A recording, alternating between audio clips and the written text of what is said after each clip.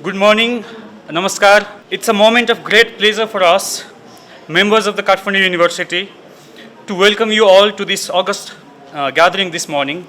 I'm Dinesh Kafle. I'm a faculty member. I'm a faculty member in the School of Arts, Department of Languages and Mass Communication. My name is Krishna Acharya. I'm a PhD Research Fellow of Dr. Nirmal Mani Adhikari, Department of Languages and Mass Communication, School of Arts, Kathmandu University. In 2003, a young scholar completing his master's degree in communication and journalism at Purvanchal University came up with his own model of communication for his thesis called the Sadharanikaran model of communication, created and developed by Dr. Nirmal Mani Adhikari. The Sadharanikaran model went on to contribute significantly to the efforts of de-westernization of communication theories and models globally. Today, we have gathered here to celebrate the 20 years of the Sadharanikaran model of communication, but more than that, we are here to critically examine the past, the present and the future promises of this model. The Sadharanikaran model of communication is derived from the Eastern philosophy of Bharat Muni's Natya Shastra and Bhartrihari's Vakyapadiya. In intellectual tradition, it is recognized as a major communication model from Asia, even finding a space in the International Encyclopedia. Apart from communication, the model has been a subject of research and application in various other disciplines, including environmental sciences, technology, and management in a true spirit of multidisciplinary studies. When we announced the call for papers for this conference, we were not prepared for the sheer number of abstracts we would receive. Out of the more than 100 excellent abstracts received, we could accommodate only 36 papers, which will be presented in the three parallel sessions later today. Before that, we have two plenary sessions by distinguished experts in the field of communication. But first and foremost, we have this inaugural session in front of us, which we are beginning right away. And for this, we now invite our distinguished guests and senior members of Kathmandu University family to the dais. We first invite Professor Dr. Bhola Thapa, Vice Chancellor of Kathmandu University. Professor Thapa is the chairperson of the session today. We invite Chief Guest Professor Dr. K.K. Aggarwal, President of South Asian University, New Delhi. Professor Yoshitaka Maike from the Department of Communication, University of Hawaii at Hilo, USA, who is joining us online. Professor B.K. Kutalia, former Vice Chancellor, Makhanlal Chaturvedi, University of Journalism and Mass Communication, Bhopal, India, who is joining us online. Professor Dr. K.G. Suresh, Vice Chancellor, Makhanlal Chaturvedi, National University of Journalism and Mass Communication, Bhopal, India, who is joining us online. Professor Dr. Han Hong, Vice President of the School of Public Administration, University of Electronic Science and Technology of China, who is joining us online. Ms. Eku Mayapun, Associate Professor and Dean of the School of Arts, Kathmandu University. Senior academician and journalist and Professor Ramkrishna Regmi. Professor Dr. Ida Bagus Putu Suamba from the Polytechnic Nigeri, Bali, Indonesia, who is joining us online. Dr. T.N. Joshi, Vice Chancellor, Sudur Paschim Academy of Letters. Dr. Suchi Yadav, Chairperson, Center for Media Studies, Jawaharlal Nehru University, New Delhi. And last but not the least, Dr. Nirmal Mani Adhikari, Associate Professor and Head of Department of Languages and Mass Communication, Kathmandu University. Now we would like to call for welcome remark Associate Professor Ms. Eku Mayapun, Dean of School of Arts, Kathmandu University, for her welcome remarks. Ms. Poon is an Associate Professor and Dean of Kathmandu University School of Arts. She has been a cornerstone of Kathmandu University's academic community for 27 years. She holds an MPhil degree from Pokhara University. Ms. Poon's academic leadership as the Dean of the school has driven significant advancements in curriculum design, research and community engagement. Specializing in women's studies, gender and media practice, she is a dedicated educator, teaching subjects like English language and literature, communication and research skills, and creative writing. Her research, notably the article Peace Building from the Women's Perspective, underscores the importance of women's perspectives in peace negotiations. Ms. Poon. Namaskar and good morning. Respected Chair of the opening ceremony and the Vice Chancellor of Kathmandu University, Professor Bola Thapa. Chief guest we have here with us, Professor Aggarwal, the President of South Asian University, Delhi. And we also have distinguished dignitaries on the dais and respected Dean, Associate Deans from School of Education, HODs, staffs, faculty, students, and most importantly, the invited guest and the presenters and the keynote speakers. It is with immense pleasure that I extend a warm welcome and greetings to all the dignitaries, invited guests, esteemed scholars, and the participants to the opening ceremony of International Seminar on 2 Decades of Sadharinikaran Model of Communication, organized by Department of Languages and Mass Communication at School of Arts, Kathmandu University. Today is a very significant moment as we gather together here in the premise of Kathmandu University School of Arts and Education to discuss and exchange ideas on one of the communication models, that is Sadharinikaran model of communication, whose root is classical Hindu text, to be exact, Bharat Muni's Natyasastra. And it is credited with steering the discourse on communications toward multiculturalism and pluralism when Western origin philosophies were dominant. This model has been globally recognized and established as one of the very important communication tradition that has enriched the field of communication study, as evident from it being offered in university across the globe. At schools of arts, which is one of the 7 schools of Kathmandu University, we are prioritizing the strengthening of department for the growth and the achievement of excellence. So in this regards, the Department of Languages and Mass Communication, one of 4 departments of KUSWA, aspires to be the center of excellence in communication theory and practice.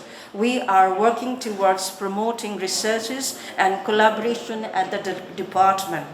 We believe that a conference or seminars both national and international like this one are fundamental to our aspiration, because the conference helps to foster strong culture of research in its faculty, students, by providing opportunity of learning, networking, collaborating as they bring together scholars and experts with diverse background and expertise to one place. Thus, this conference, which began as a small scale of bringing a few scholars working on Sadharinikaran model to this big event, is a very significant step towards laying the foundation for this. This is why it is of utmost importance to us, and I'm delighted to see esteemed scholars of the field of communication from Canada, Hawaii to Indonesia, China, India, and Nepal participating. I look forward to them engaging in intellectual discussion that will help to further the relevance and applicability of Sadharinikaran in the ever-expanding field of communication. I trust that the discussion and the outcome of the conference will not be just the intellectual exercise among the enthusiasts of this model, but in fact results in concrete, evidence-based knowledge sharing and future collaboration. Therefore, I greatly appreciate the contribution of the esteemed scholars, panelists, and the paper presenters of the conference. Your active participation in the discussion and the insightful inputs will help achieve the objective of this seminar, and I hope you will find the seminar beneficial for your professional and personal growth. Finally, I would like to express my heartfelt gratitude to each and every one of you for joining us here today. Your presence has enhanced the significance of the seminar and hope you will greatly enjoy. I especially would like to express sincere gratitude on behalf of School of Arts as well as Kathmandu University to the Chief Guest, Professor Aggarwal, and our Vice Chancellor, Professor Thapa, for accepting our invitation. Before I conclude, let me congratulate Dr. Nirmal Mani Adhikari, one of the pioneering scholars in this field. In fact, he has been acknowledged as the initiator of the discourse on Sadharikaran from Hindu-Nepali perspective for his passion, dedication to establishing this model and the success of this conference. I also applaud and acknowledge the team comprising of faculty, staff, and students which supported and worked tirelessly for the success of this conference. Thank you for your patience and time. Thank you. Thank you, Ms. Poon. In the South Asian tradition, no program starts formally without the lighting of the panas. So we invite our keynote speaker, chairperson, everyone present on the dais to light the panas, which will be led by Ms. Ekumaya Poon. We invite everyone to join in. We also invite Dr. Ramchandra Paudel, Associate Professor of the Department of Languages and Mass Communication, for Swasti Bachan.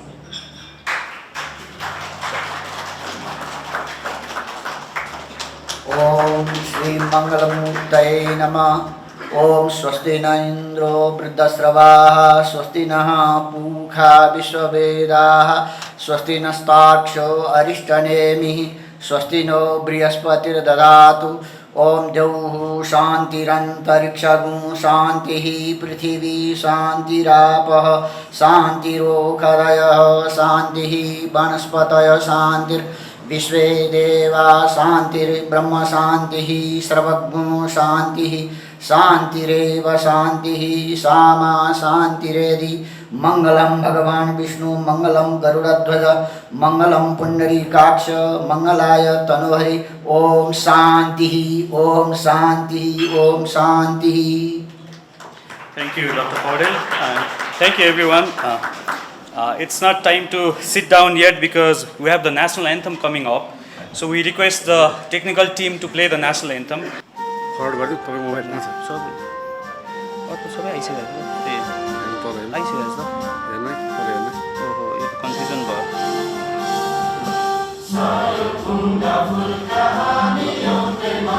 के अगरवाल मान्छे serious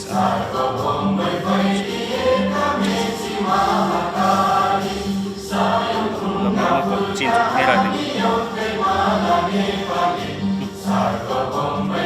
last 10 number हेर्नु पढिदिइहाल्छ 10 number Paramvir मेरो mobile छोइरहनु है फेरि charge म यही त्यही हो मलाई फरवर्ड गर्दै फरवर्ड गर्दै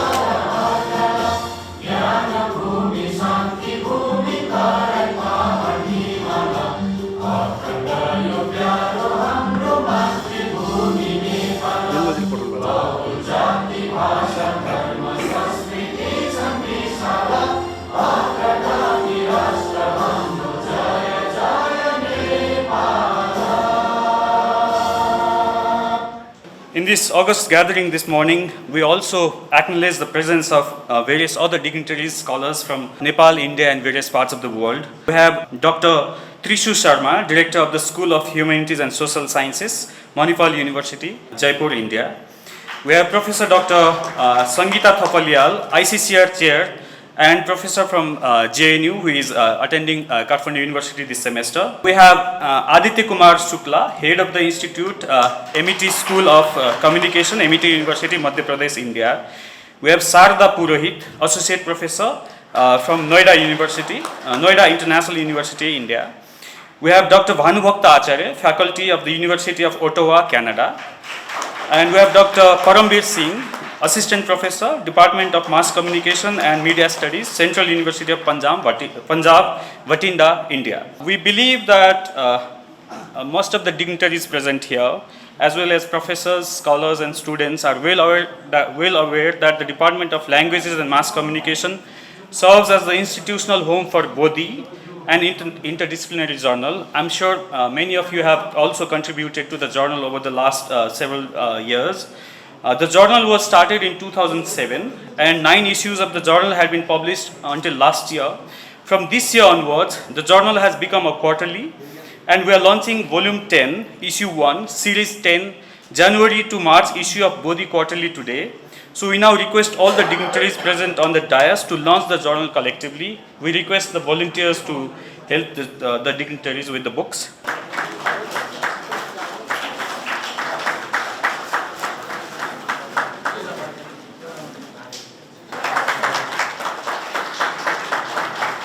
That's Bodhi, an interdisciplinary journal, volume 10, issue 1, series 10, January to March issue.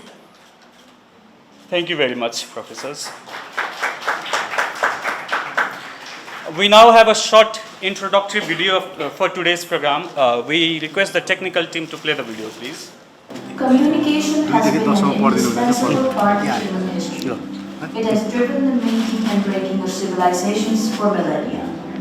But for the last few centuries, the field of communication has largely been dominated by Eurocentric approaches.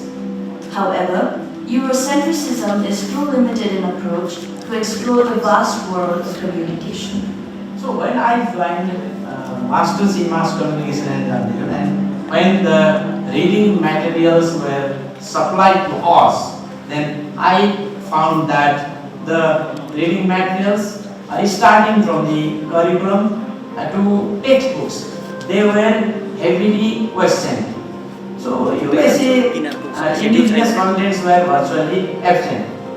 Later on, I came to learn that that was the norm everywhere in the world.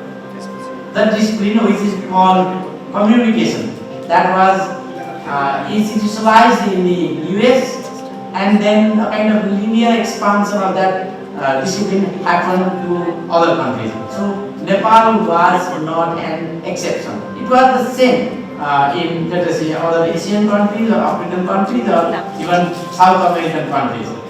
These Western theories and models of communication present only the linear view of the world we live in. The Western theories are not only inadequate in explaining non-Western phenomena, but they also often misrepresent them. It is time to bring back to the mainstream the African, Asian, and other non-Western views of communication. Asia, home to more than half of the world's population, and the rich tapestry of languages, religions, traditions, and belief systems represents a mosaic of human experiences unparalleled anywhere else on earth. Yet, despite its immense cultural and wealth of influence, Asian perspectives have often been marginalized or misrepresented within dominant Western-centric communication paradigms. This imbalance not only perpetuates cultural hegemony, but also inhibits our ability to fully appreciate and engage with the complexities of Asia's diverse societies. Upon realizing this knowledge gap, Dr. Nirmal Mani Adhikari devoted himself to pursuing the non-Western communication model and theory using indigenous knowledge.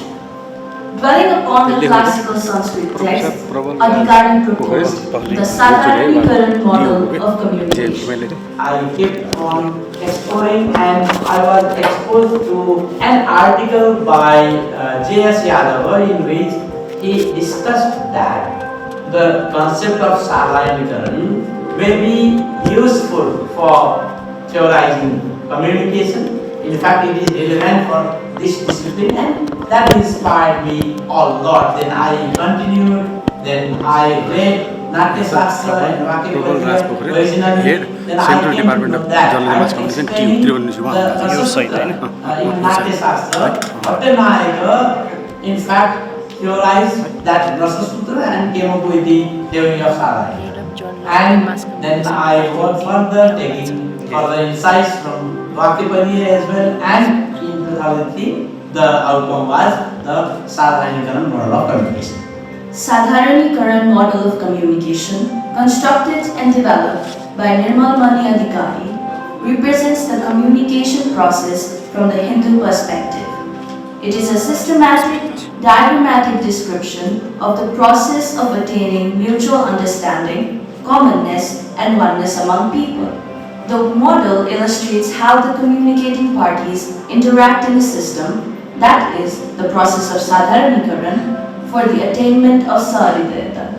Sahridayata is the core concept that drives the meaning of Sadharanikaran. It is the state of common orientation, commonality, mutual understanding, or oneness. Communicating parties become Sahridayas with the completion of the process of Sadharanikaran. Bharata's Natya Shastra and Bhartrihari's Vakyapadya are the two principal sources for the Sadharanikaran model. The foundational concepts of Sadharanikaran model, such as Sahridayata, Rasaswadana, and Sakshatkara, are drawn from the Sanskrit poetics, aesthetics, and linguistics, as well as other disciplines of Hindu religious philosophical knowledge systems. Sadharanikaran model of communication, along with other Asian models of communication, helps create a plural, multicultural, inclusive world and projects a holistic worldview. Promoting an Asia-centric communication theory is essential for addressing pressing global challenges such as climate change, economic inequality, etc. By centering Asian perspectives in our communication discourse, we can foster collaborations and solidarity across borders, harnessing the collective wisdom and diverse cultures to tackle shared challenges. Moreover, an Asia-centric communication theory offers a powerful antidote to the rise of xenophobia, nationalism, fundamentalism, and cultural imperialism that threaten to divide our world. As the Sadharanikaran model of communication is widely accepted as non-Western, Asia-centric communication theorization, this international seminar is in fact a significant endeavor in reclaiming authenticity in communication from Asian perspective. Today, the Sadharanikaran model of communication is taught at various universities across the world. Several academicians and scholars have used the model for research across various disciplines, and its scope is unlimited to communication only. The model, now 20 years old, has encouraged scholars and academicians to use indigenous knowledge as a source of inspiration for developing non-Western models of communication. Very prominent scholars, even very senior professors, they started writing on Sadharanikaran model of communication. Not only citing that, but actually using this as theoretical framework and doing further research. The global mainstreaming, in a way, is happening. It has inspired many young scholars to explore, let us say, indigenous sources. And reorientation is actually happening.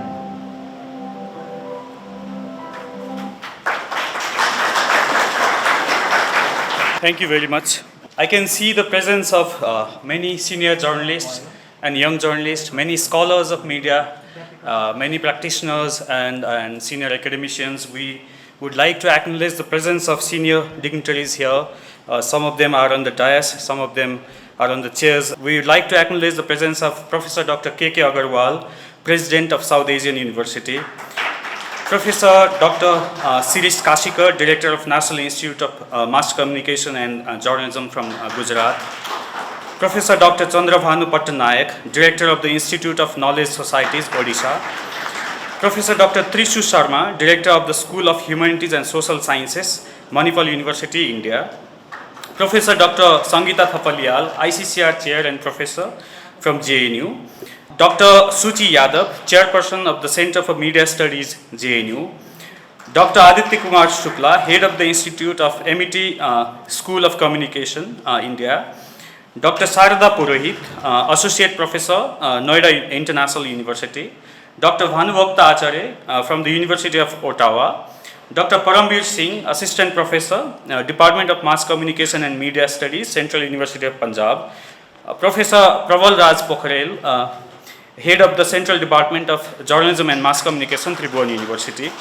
We now have the keynote speech from Professor Dr. Yoshitaka Mike, who is from the Department of Communication, University of Hawaii. He's joining us online. Dr. Mike is a distinguished professor of communication at the University of Hawaii at Hilo, where he has served since 2004, specializing in intercultural communication and communication ethics.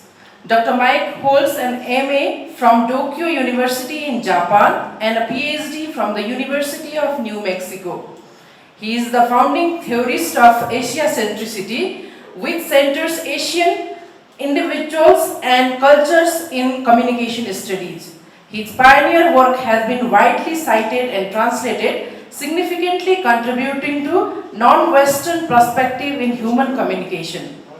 Dr. Mike has co-edited influential works such as the Handbook of Global Intervention in Communication Theory and served in the leadership role within the National Communication Association. Dr. Mike is the founder of Asia Centricity in Communication. It was his invitation to Dr. Adhikari to publish his article Sansar Yoga in China Media Research. That is the first internationally published article which has received a massive international publicity.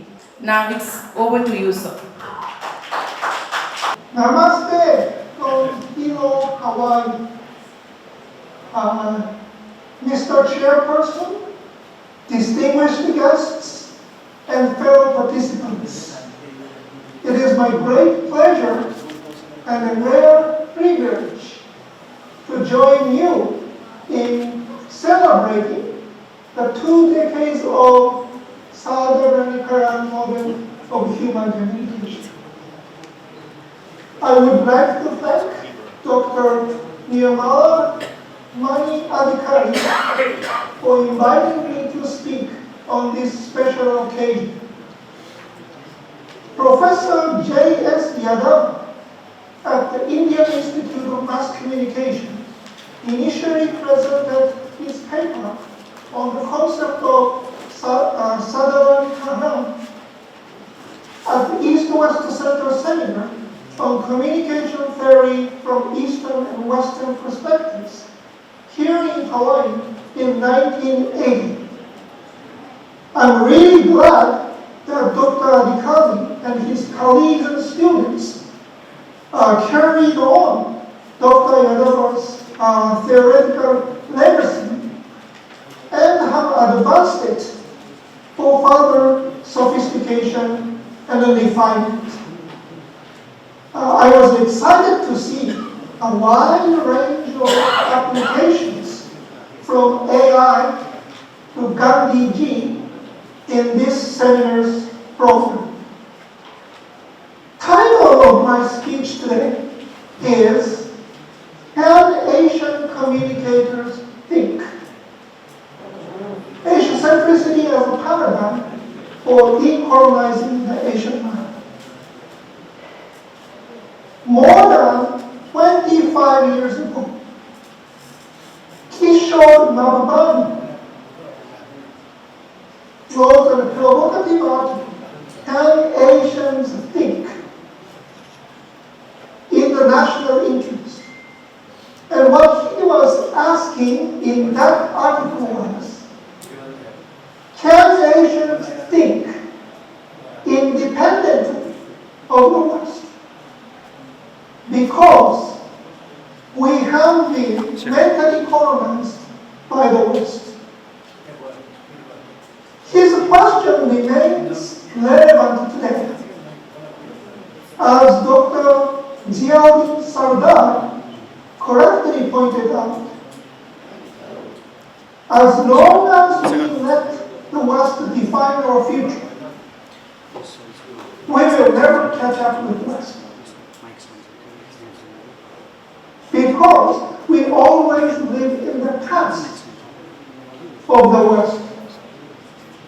So we are at a crossroad where we will continue being mentally colonized by the West, or we will decolonize ourselves for our own humanity. Communication interactive and integrated process of self, others, spirituality, nature, and technology. As such, it is central and critical to humanity itself. Time is right for us to rethink and think very seriously about the values and ethics of human communication with our own voices and visions. Why? Recovering and rediscovering our cultural roots. My message today is that the idea of Asia-centricity can serve as a paradigm for decolonizing the Asian mind. So what is Asia-centricity? Asia-centricity is the thought and practice of centering Asians as subjects and agents, and the Asian cultures as reflective resources in seeing and shaping the Asian world. In the interest of time, I will break down this definition into 3 parts and relate each part to the possible future developments of Southern model. For details of Asia-centricity, please read my latest handbook chapter that I gave to the host of this seminar. I'm sure the host will be able to share it with you.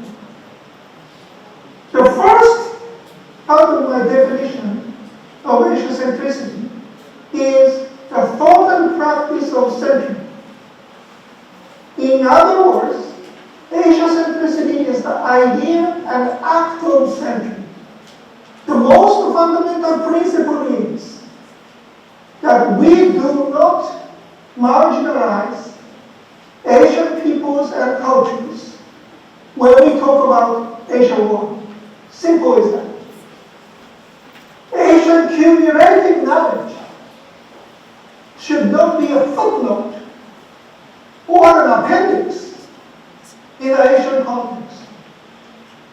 However, how to center Asian ideas and insights depends on a listener, purpose, and a context. You cannot explain, for example, the Southern model to West Asians or East Asians like me in exactly the same way as you do to South Asians, like you, for mutual understanding and dialogue. How do you explain it to Africans, Latin Americans, indigenous peoples all over the world? All of them are coming from different intercultural relations, our relationships with you, and with different degrees of contextual understanding. For the development of the model for intercultural and inter-civilizational dialogue, then, you should keep in mind who is your listener, what is the purpose, where is the context, and clarify the model accordingly. You may need to start your explanation with the very basic etymology of the word Southern. Second part of my definition is Asians as subjects and agents, and Asian cultures as reflective resources. I emphasize here that Asia-centricity is a prospectivist approach and a dialogical engagement. We always view Asians as peoples who have been capable of thinking and acting on their own and of making significant contributions to the world.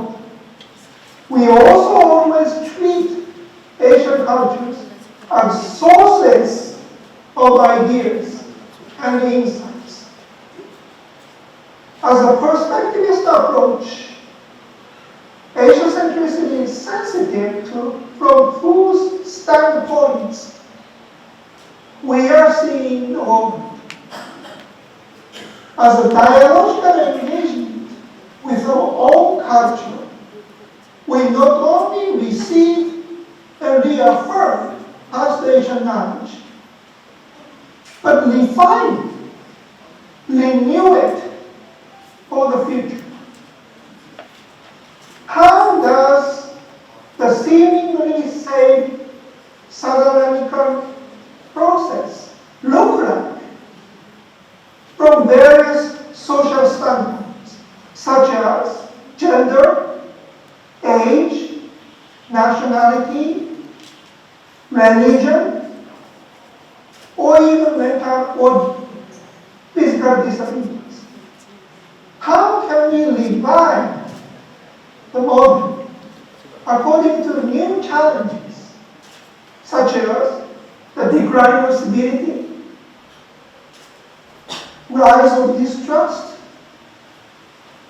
and widening of generation gaps?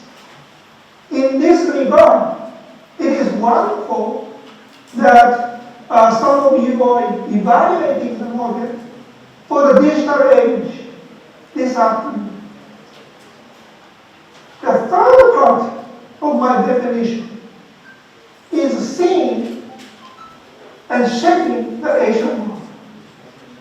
By this, I mean Asiacentricity is an epistemological and ethical project.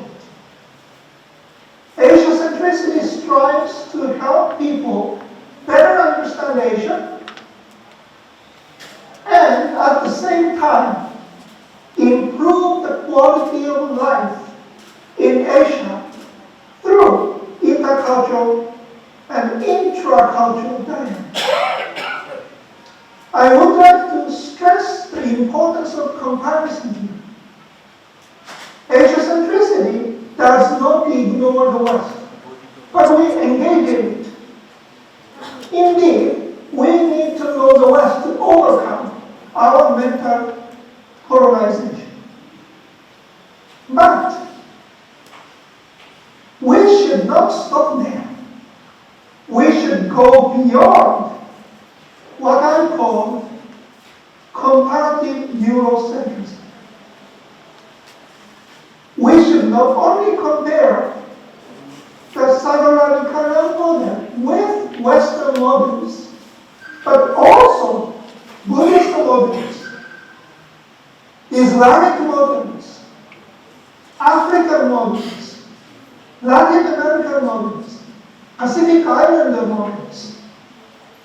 We should also see different applications in different specific contexts, such as healthcare, organizational, and educational settings. In essence, Asiacentricity is the idea of inwardly being deep, outwardly being open.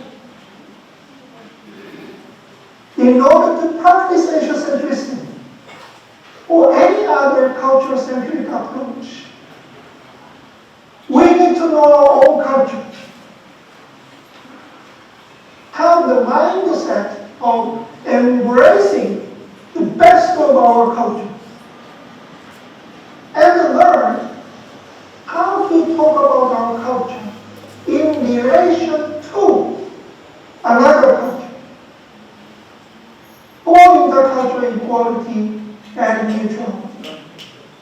We know we can either embrace or suppress our culture, and suppression is not working for healthy identity.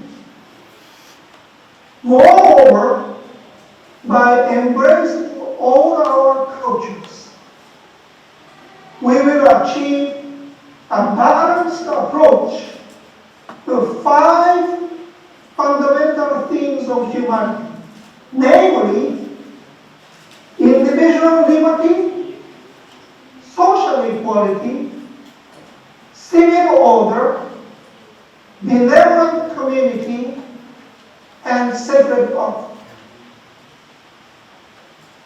I hope you will think seriously and critically about communication as the process of sharing our humanity through the Southern model, and how fruitful conversations on how we should relate to one another.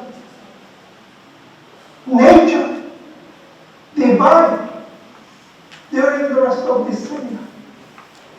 As Dr. Everett M. Rogers, one of my treasured mentors at the University of New Mexico, reminded us, in the Eurocentric paradigm of modernization, cultural richness was not defined as development. It could not be measured in dollars and cents. But, as I argued 20 years ago, looking at Asia only with Eurocentric critical eye, and looking at the West only with Eurocentric uncritical eye, poses a serious problem in understanding the humanity and communication. So let me conclude my speech by asking myself and everyone in this seminar once again, can Asians think independently of the West? Thank you very much for your listening.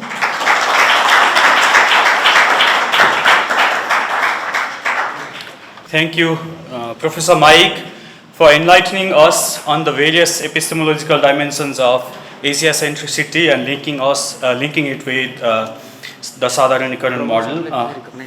We now have remarks by Professor Dr. Ida Bagus Putu Suamba from the Polytechnic Negeri, Bali, Indonesia. He'll be joining us online. Professor Suamba is a distinguished scholar from Bali, Indonesia. He began his academic career at the Faculty of Teacher Training and Education at Udayana University, Singaraja. He obtained a Master's of Arts in Philosophy from the University of Delhi in 2001 and later earned his PhD in Philosophy from the University of Pune, Maharashtra in 2012. In 1991, Professor Samba joined the Bali State Polytechnic as a permanent lecturer in the Department of Business Administration. His dedication to teaching and research is evident from his participation in various professional development programs. Notably, Professor Somba translated Dr. Adhikari's article Sancha Yoga into a Bahasa Indonesia language and making it possible for Dr. Adhikari's model of communication to reach the Indonesian audience. Over to you, Professor. Om Swastiastu. Namaskar. Good morning, everyone. Today I really feel glad I can be part of your seminar.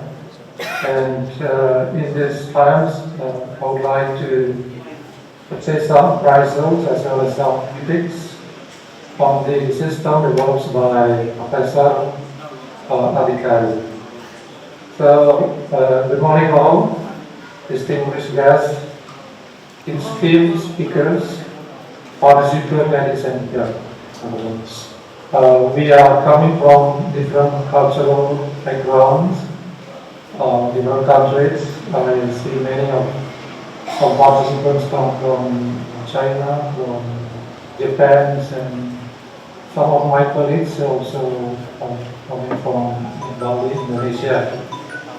I would like to extend my gratitude and thanks to the organizing committee, especially Professor Mala Adhikari for giving me the opportunity to share some views regarding the system to develop. I would like also to extend my Gratitude and thanks to Professor Bola Tapa, the Vice Chancellor of Kathmandu University, Associate Professor Eku Mayapun, Acting Dean of the Kathmandu University School of Arts, Chief Guest Professor P.P. Aggarwal, the keynote speaker Professor Yasitarka BK, guest speakers, panelists, moderators, all participants and comments. I wish from Bali everyone is fine and doing well under the grace of God. I'm sure that we learn a lot in this academic area, enlightened by the presence of distinguished speakers, and of course share positive energy for the wellness of others. Professor Nirmala Adhikari is my good friend and has been in touch for almost 7 years. To my knowledge, he is an eminent scholar and prolific writers in the field of communications from Hindu perspectives. Once, several years back, I invited him to present his views on communication from Hindu perspectives in an international seminar held in Bali, Indonesia. In this very good moment, I would like to congratulate Professor Nirmala Adhikari for his hard work and outstanding achievements for almost 2 decades, starting in 2003 in the fields of communications. It is, of course, a celebrated models of communication known as SMC, Sadharikaran model of communications, based on Indian classics, namely Natya Sastra and Bhakya Padya. Nonetheless, the SMC is displayed. His finding has a meaningful contributions to the works of communication and efforts to balance dominating Western theories of communication with Eastern perspectives. His finding becomes the prize not only for Professor Adhikari himself and his family, but also for Kathmandu University, where he does his careers. Congratulations once again. Yes, I learned the SMC, and even wrote a paper in class and research on this. Many students came to me asking to know about communication theory from this perspective, which is hard formed, despite the fact we inherit endless of sources on this. I agree that we have plenty sources of Indian classics as well as in our own traditions. And it is our jobs to study, explore, and can give the system of communication theory based on our indigenous cultures. After reading Professor Adhikari's writings, I would like to say some points as follows. The first one, how valid knowledge is reached in the process of communication, which is called here sanchara. This point, I think, is not yet well elaborated, even though the author discusses the vidya and avidya. Rather, the model discusses more on the states of sahidayata, of these sahidayas, that is encoded and decoded, which is none but rasa swadana.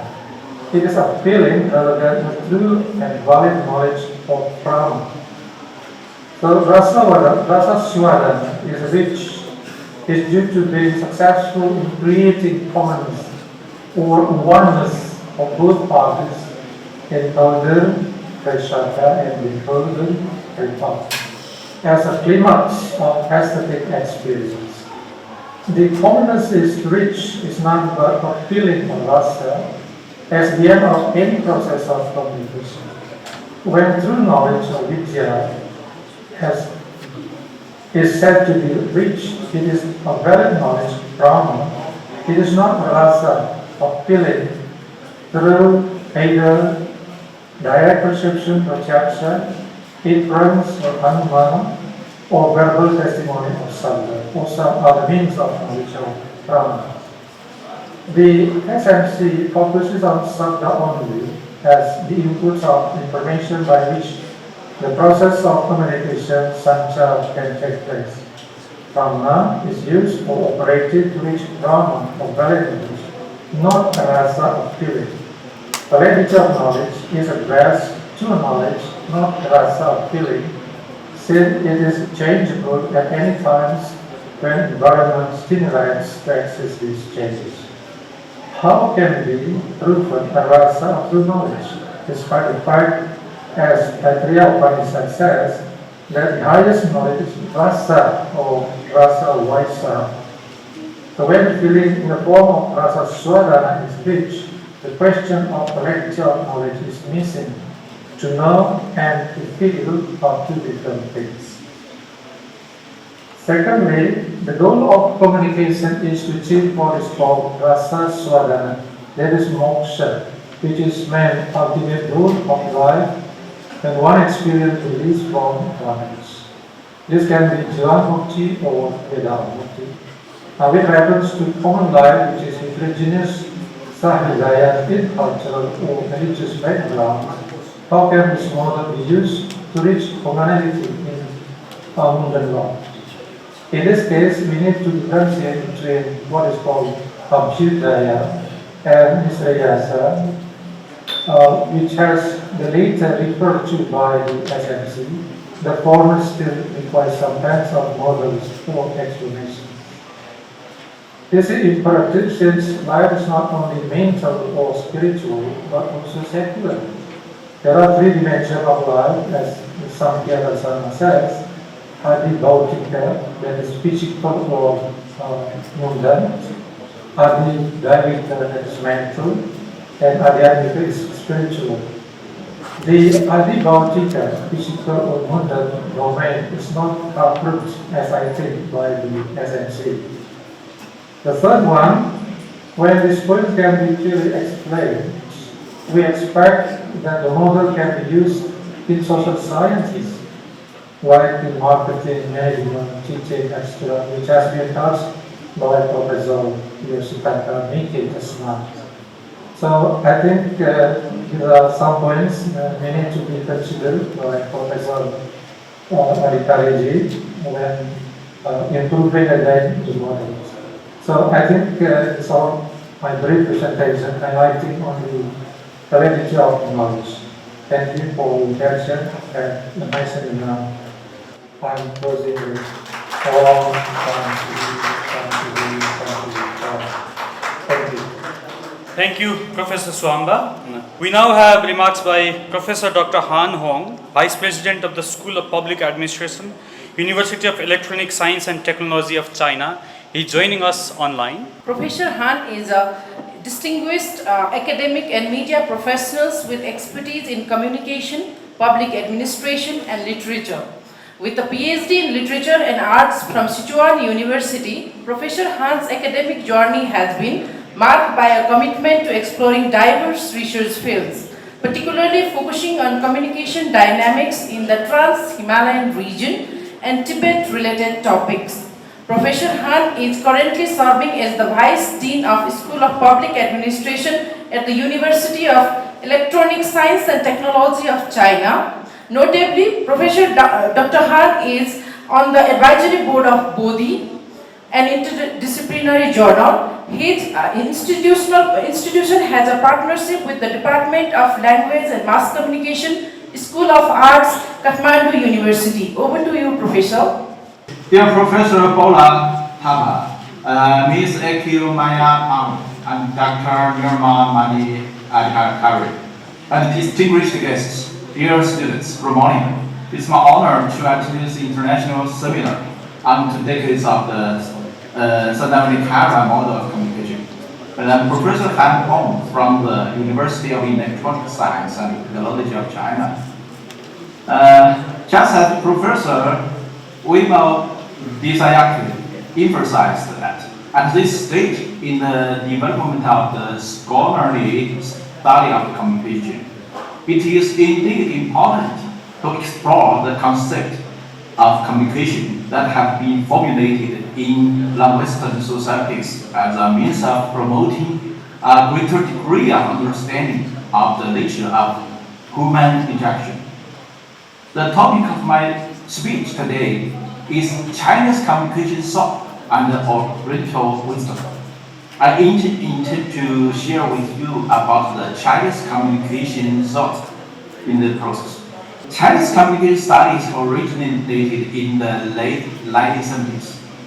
In 1977, Zhuang, the well-known American communication scholar, visited the Chinese University of Hong Kong and began to advocate the exploration of the communication cultural heritage in Chinese traditional culture.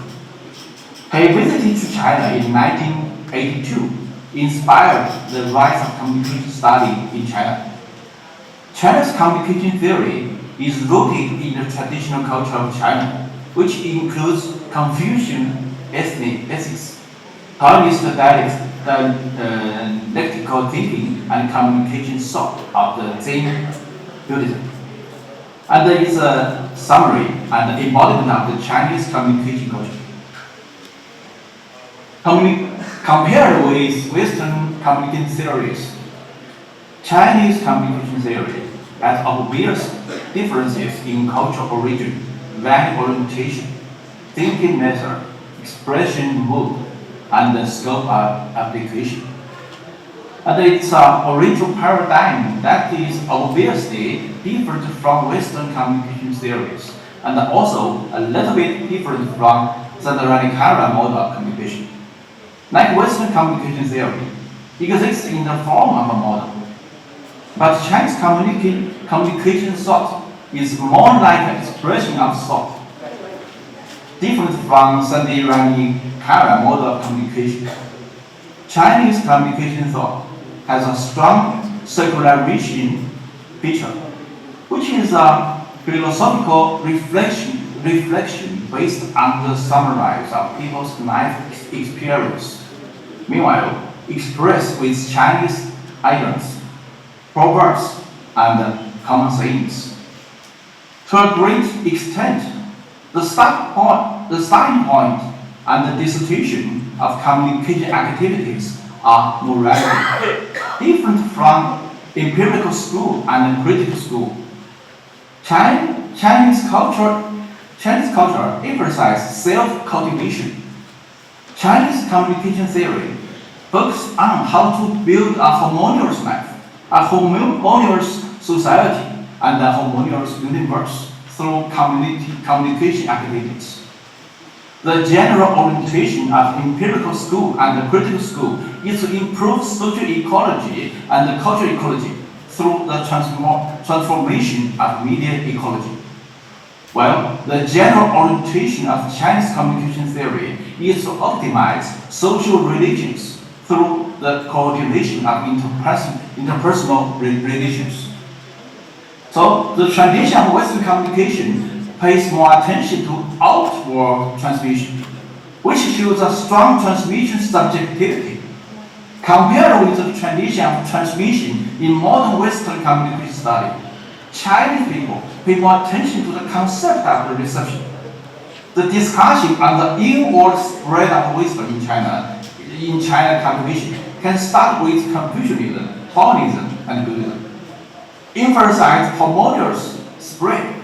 In the history of Chinese thoughts, even Zen Buddhism combined the thoughts of Confucianism and Taoism rather than a pure form of religious communication. So similar to the Radikara model of communication, Chinese communication tradition pays more attention to internal acceptance, which embodied a strong acceptance subjectivity. If the Western communication theory represents a transmission view of communication, then Chinese communication theory represents a larger reception view of communication, which pay great attention to the individual's subjectivity and the initiative in accepting information and meaning. So Chinese communication thought emphasizes introversion, collectivity, and relationship, and has different communication theories, concepts, methods, and models from the West. So it makes Chinese communication research concentrate on individual, concrete, and dynamic recipients, rather than on focusing on groups, abstract, and passive audience. So in the eyes of Chinese people, a country is a home, and a home is a country. The theory applicable to interpersonal communication is also applicable to the internal management of countries and the communication between countries. It has also become an important feature of Chinese community theory to regard the organization as a family and to make organizational community interpersonal and family law. So, Robert Oliver had analyzed the distinctive features of Indian and Chinese rhetoric and identified unity and harmony as the base of rhetoric and communication in Asia. He argued that the manner in which Asians communicate is different from that of the West. Hence, there is need to understand communication in the context of culture. It has been more than 2 decades since the Rani-Kara model of communication was put forward. In the study of this communication model, on the one hand, I think it is necessary to clarify the differences between it and the Western classical communication model. And at the same time, it is necessary to study the similarities and differences between this communication mode and other Asian countries' communication ideas in the Asian context, which is of great significance for the further study of Sani-Rani-Kara model of communication and other indigenous communication theories. The scholars in China are also working hard in this direction. Finally, I would like to extend a sincere invitation. On October 2nd this year, the School of Public Administration of the University of Electronic Science and Technology of China and the School of Arts of Kathmandu University will hold the second Pan-Himalaya Communication and Social Development Forum in Kathmandu University. This is an important step in our efforts in this direction. So scholars from Himalaya regions are also very welcome to attend this meeting. Thank you all for your listening. Thank you, Professor Han. We look forward to welcoming you in Kathmandu in October. We now have remarks by Professor Dr. K.G. Suresh, Vice Chancellor, Makhanlal Chaturvedi, National University of Journalism and Mass Communication, Bhopal, India. He is joining us online. Professor Suresh is the Vice Chancellor of Makhanlal Chaturvedi, National University of Journalism and Communication, Bhopal, Asia's first and India's oldest and largest media university. Previously, he served as a Director General at the Indian Institute of Mass Communication and Senior Consulting Editor at Doordarshan News, Founding Dean at the School of Modern Media, University of Petroleum Energy Studies, Dehradun, Editorial Consultant with the AsiaNet News Network and Chief Political Correspondent at Press Trust of India. Professor Dr. Suresh, during his tenure as IMC Director, he did the press conference and announced to introduce a course based on Dr. Adhikari's work. So his contribution to Sadharanikaran model of communication, publicity and also recognition has been very significant. So over to you, sir. Now you can start. Namaskar and very good morning, Honorable Vice Chancellor of the prestigious Kathmandu University, Honorable Chief Guest from the South Asia University, all the esteemed panelists on the dais, including what we call in Bharat as the Utsav Murti, the icon of today's event, my friend Dr. Nirmal Mani Adhikari, and of course a lot of friends I see both on the dais and off the dais, including Dr. Shuchi Yadav, I see Dr. Kashikar, I see Chandrabanu Patnaik ji. Because of this online thing, I am not able to see all of them, but I see so many of my friends there and international delegates from the world over who have joined this very prestigious event. I am just a few mountains away from you. I am in Uttarakhand. I am traveling on an official work. I wish, in fact, this is one of the conferences I really missed. I would have loved to be there to personally greet Dr. Adhikari for this tremendous achievement, which is a matter of pride for not only South Asia but Asia and the world. So greetings from the land of Mahakal to the land of Pashupatinath. Greetings from Asia's first and largest media university, the Makhanlal Chaturvedi National University of Journalism and Communication, Bhopal. We have had a very, very close association, as has been mentioned in Dr. Adhikari's introduction also. In fact, we had the privilege of publishing Dr. Adhikari's book for the first time, and perhaps I have no hesitation in accepting that we have a very vibrant publication division, but the book that is in the greatest demand is Dr. Adhikari's book on the Sadar model that he has written, and it's a matter of pride. I am really feeling so good being associated with this for such a long time. In fact, Dr. J.S. Yadava, who proposed this concept at the beginning in the 80s, was my predecessor at the Indian Institute of Mass Communication, where subsequently I became the Director General. And I have had the honor of introducing the Sadharanikaran model as part of the curriculum for all the courses at the Indian Institute of Mass Communication. And Makhanlal, as I said, the university has been involved with this project closely with Dr. Adhikari, and we have of course been teaching. And at the university, we have been working on this, the traditional, the indigenous forms of communication for a long time. In fact, we have established recently, last year only, the Bharat Muni Shodhpeeth, and we have recently set up in our Nalanda Central Library, we have set up the Devrishi Narad Bharatiya Dhyan Khanda. And this is a coincidence. I don't know whether Dr. Adhikari planned it this way, but we are just celebrating this 2 decades so immediately after the whole world, I would say, has celebrated Narada Jayanti. Narada, whom we in Bharat and Nepal look at to as the first communicator, the Adi Sancharak. And we have had a long history, long tradition of communication in our subcontinent. For centuries, through the Shruti and Smriti forms of communication, we have been passing on the immense knowledge of Ramayana, of Mahabharata to our children, generation after generation. We have been, passing in. Till, of course, the time it got documented.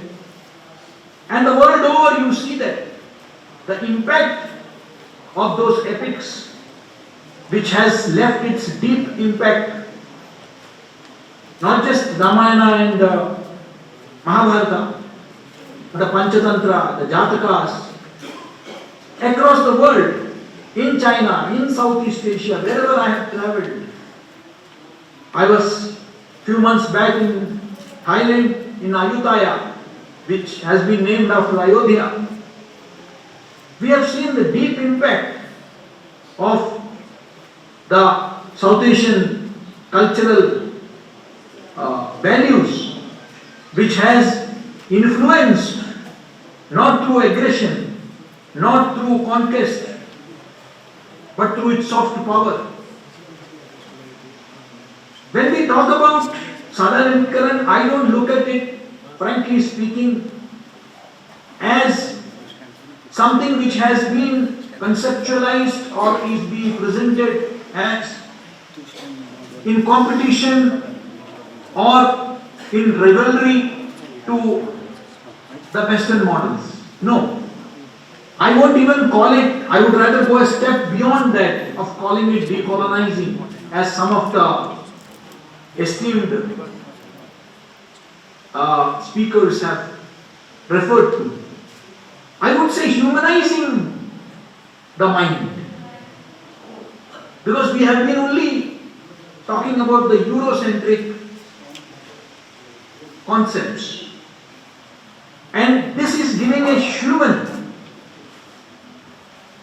whatever initiatives, whatever thought processes have been part of the human consciousness across the world and across civilizations. My friend Kalinga Sanivaratne has conceptualized the Buddhist model of communication, which is very interesting. So this entire focus on indigenization, on looking at the South Asian and not only Asian, African, Latin American, should not be seen as vis-a-vis. It should be seen as supplementing to the existing knowledge, adding to the existing body of work, and enlarging the horizons of human knowledge, which has perhaps never been placed before the entire humanity. And to that extent, Dr. Nirmal Mani Adhikari has to be praised for his immense contribution to highlighting a very important aspect of the South Asian civilization. In India, in 2020, we came up with a very ambitious national education policy. After 34 years, the earlier one was referred to as new education policy. This is the national education policy. And this emphasized on a couple of things apart from all the elements of incorporating how to modernize education and make it, of global standards. The focus has been on mother tongue, the importance of mother tongue, particularly in primary, at the primary level, to promote original thinking and also indigenous knowledge, which we refer to as Bharatiya Gyan Parampara or the Bharatiya knowledge systems or the Indian knowledge systems, IKS. There is a division in the education ministry which is looking at IKS. And there are conferences which are happening all over the world. There is immense wealth of knowledge which is there. But unfortunately, what has not taken place is a concerted effort to not only research them further, but also to document them. What is lacking?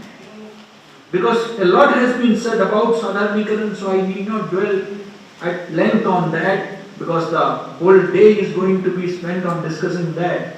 But I want to highlight some of the challenges, because I have only 5 more minutes. So I would like to say that we need to take it further. I personally believe that there is a need to go beyond, because in every dissertation, in every PhD dissertation, in every thesis, you have something called, the limitations of a study. You have something called the scope of further study. I think that we should now in the next stage, and of course under the leadership of Dr. Nirmal Mani Adhikari himself, encourage scholars from the world over to fine-tune whatever has been done so far, to take it further, to expand on it, and to ensure that there is a very strong body of work to substantiate what has been done so far. Because theories, the Western theories, have been able to establish themselves globally because of the huge number of reference books which are available, the textbooks which are available, and the plethora of study that has happened on each of these concepts, each of these models of communication across the world. What we lack is the text, the reference books. And that is where I think we should be focusing on. I am happy to share with all of you that at our university we have undertaken studies on the communication elements in Panchatantra, the communication elements in Jataka, the communication elements in Kalidasa, and a host of other texts which are available.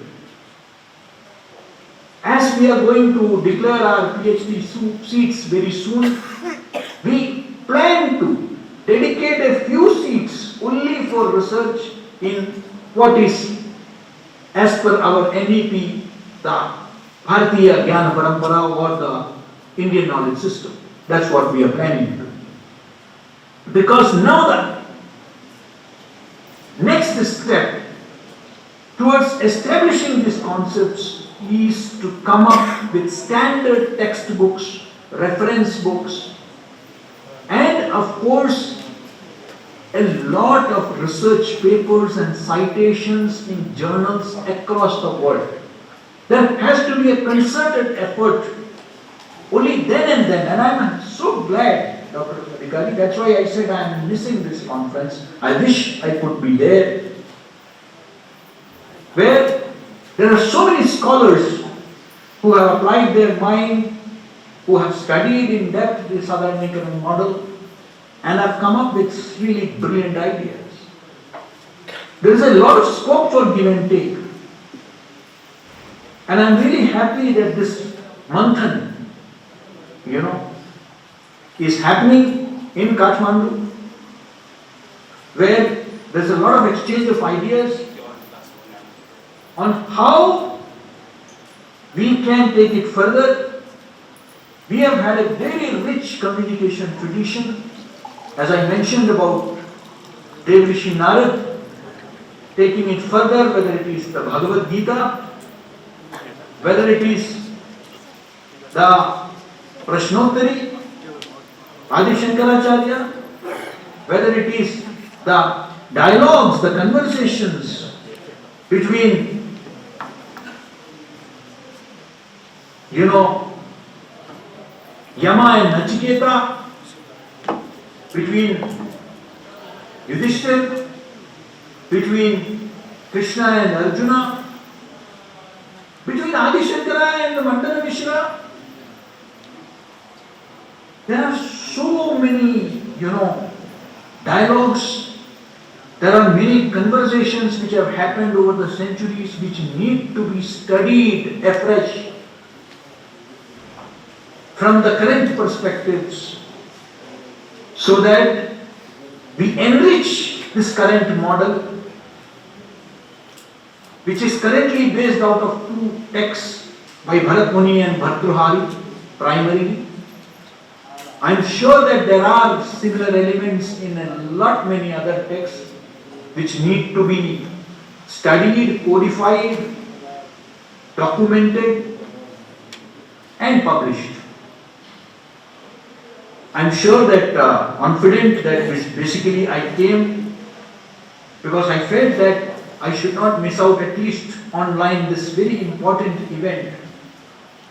And I can assure you, Dr. Adhikari, that very soon under our Bharat Muni Shodhpeeth, we will be having a conference in the beautiful lake city of Bhopal, where it would be our pleasure to invite you and other eminent scholars to discuss in depth this very model and of course the communication traditions we have had. We have this historic responsibility on our shoulders to take this further and to ensure that this is studied, analyzed. I am sure, while the credit goes to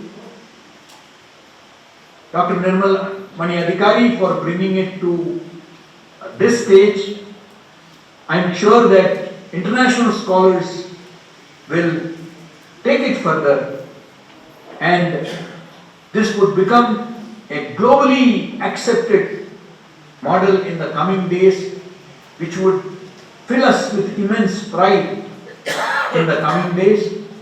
On that note, I wish to thank the organizers for inviting me for this very important conference, and once again I would like to congratulate Dr. Nirmal Mani Adhikari for the historic initiative that he undertook. His name would always be remembered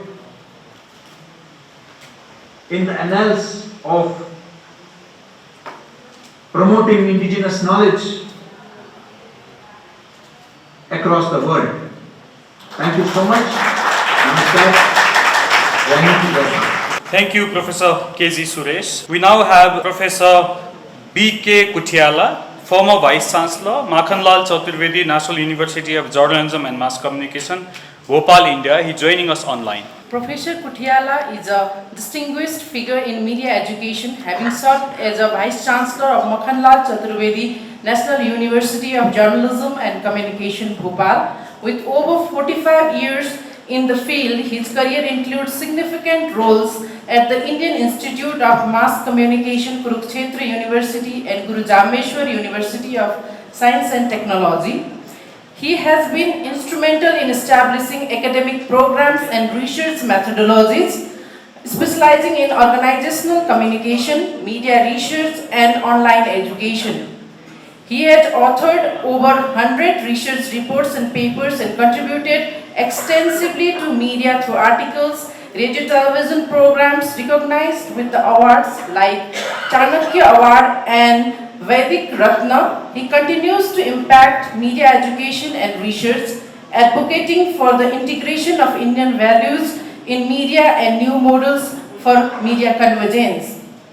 Professor Kutiala was the research supervisor of Dr. Adhikari for his postdoc dissertation at Makhanlal Chaturvedi National University, which resulted into the publication of the seminal book which Professor Suresh was mentioning, Theory and Practices of Communication, Bharat Muni. Over to you, sir.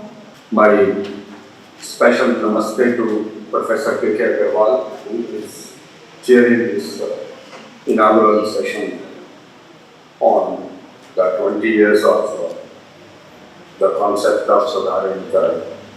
One big achievement during last 3-4 decades is that the two terms Sadharanikaran and Saharanyarata have become the terms that are used in all languages of the world.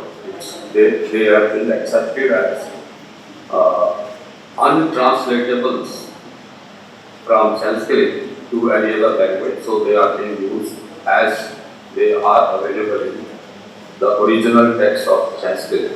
That's a big achievement, and the entire concept of Sadharanikaran has got the attention of the scholars. I think I.P. Tiwari in 1963 started talking about this with respect to understanding the entire process of human communication. And then J.S. Yadav and his team, of which I was also part, worked on it. And over the years, this concept has gained some popularity with the scholars to understand how humans communicate with each other. And now, even when we talk of the machine-human communication and human-machine communication, the concepts of Sadharanikaran are being used in AI also. I am associated with 3 organizations that are working on the holistic understanding of the process of human communication. These are the Panchanath Research Institute, Communication Research Group, and Sagi Ratna Analytics. Now they are focusing on different aspects of communication, mass communication, also of the communication within an individual's self, the Vedanta part of it. I would like to emphasize one thing, that is the approach to any philosophical issue cannot be geographically oriented. When we talk of the Eurocentric approach, now we talk of the second scholars who happen to be living or working in Europe. But in Europe also, there are three very different streams of understanding of communication. German stream, French stream, and the other which is led by the UK. Even in Americas, there are identified 7 schools of thought about the communication and mass communication. And when we look at the entire concept of communication and with respect to Sadharanikaran is being discussed at 4 or 5 disciplines. One discipline is the discipline of the languages. When they discuss about the poetry or drama, natak, they definitely talk about the Sadharanikaran and Sa-Adhyayata. Unfortunately, only non-English and non-Western languages talk about this. This has not tapped into the domain of English literature discussions, because they have not as yet accepted the process of Sadharanikaran as to understand the poetic expressions and dramatic expressions. The parameters of analysis as per the Sadharanikaran model are not there. The other area where we should collaborate to understand the process of Sadharanikaran is the science of theatres. They also, in their own respect, they talk about the Bharat Muni's concept of Sadharanikaran. Another third area where it is very extensively being discussed, perhaps much more than the understanding of the process of Sadharanikaran as we do in the communication field, is the philosophical studies. In the philosophical studies, the latest thought process is Sadharanikaran as explained by Abhinav Gupta and in Kashmiri Shavism. That is also a very, very extensive discourse on Sadharanikaran and also on how do we talk to each other and what is the process and what is the internal process and what are the external process. That is also very important. Another field where of course we are here in the field of communication and media. We are talking about Sadharanikaran and other non-Western concepts, and we have made a lot of progress, but I would like to draw your attention to some of the Western scholars who also, being unsatisfied with their own explanations of the process of human communication, have looked at alternatives. There are many, but I would mention Fred Delmeyer, a professor of political science and who has worked a lot on the need of the dialogue, civilizational dialogue. And in his one of his books, he admits that we have to look at the entire process of dialogue and the science of dialogue from a non-Western viewpoint. And in his efforts to look for an alternate concept of communication, which is not transactional, which is participatory, which Wilbersham introduced that the communication process is a participatory process. It is not give and take, it is not transactions. And he refers to Raymond Panikkar and Raymond Panikkar's theory of dialogical dialogues.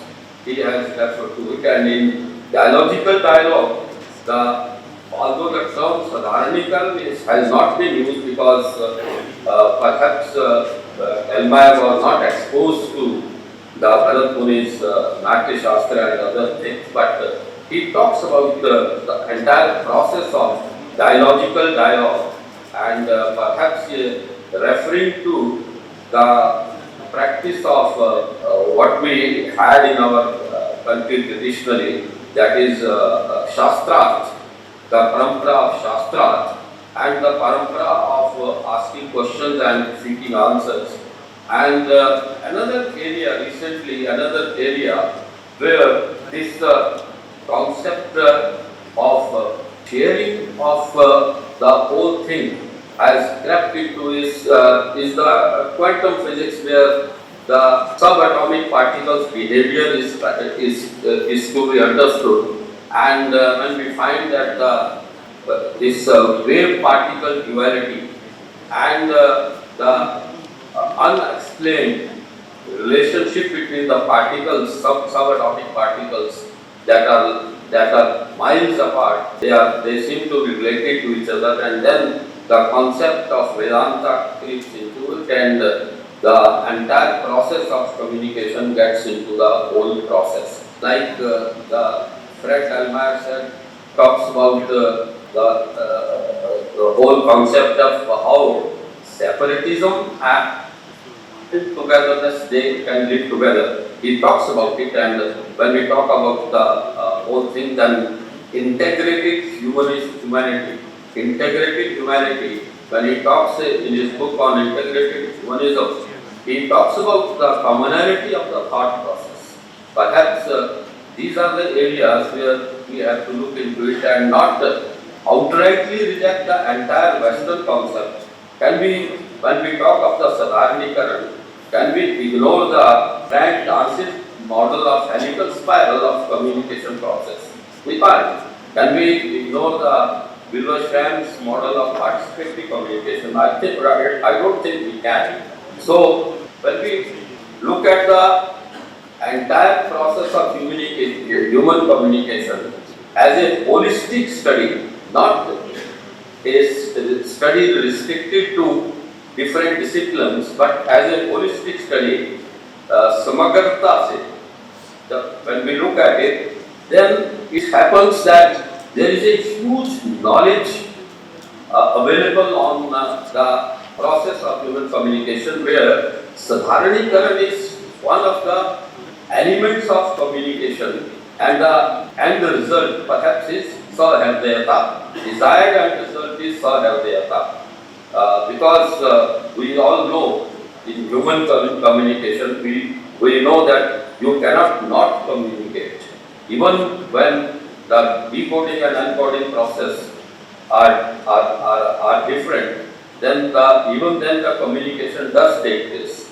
But when we talk of the Sadharanikaran, perhaps the mathematical formula would be when the decoding of the so-called receiver is similar or same to the encoding process of the sender.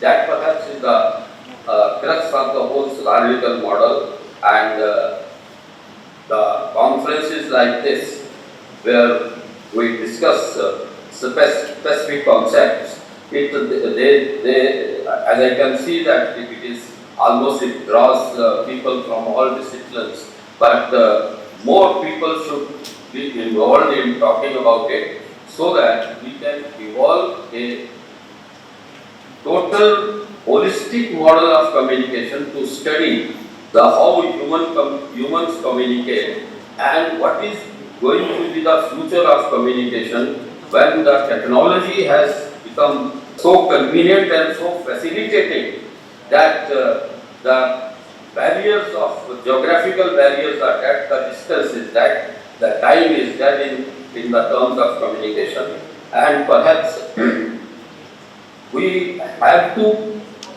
search and create a model where the Sadharanikaran process is practiced in such a manner that it creates a universal Sahardayata.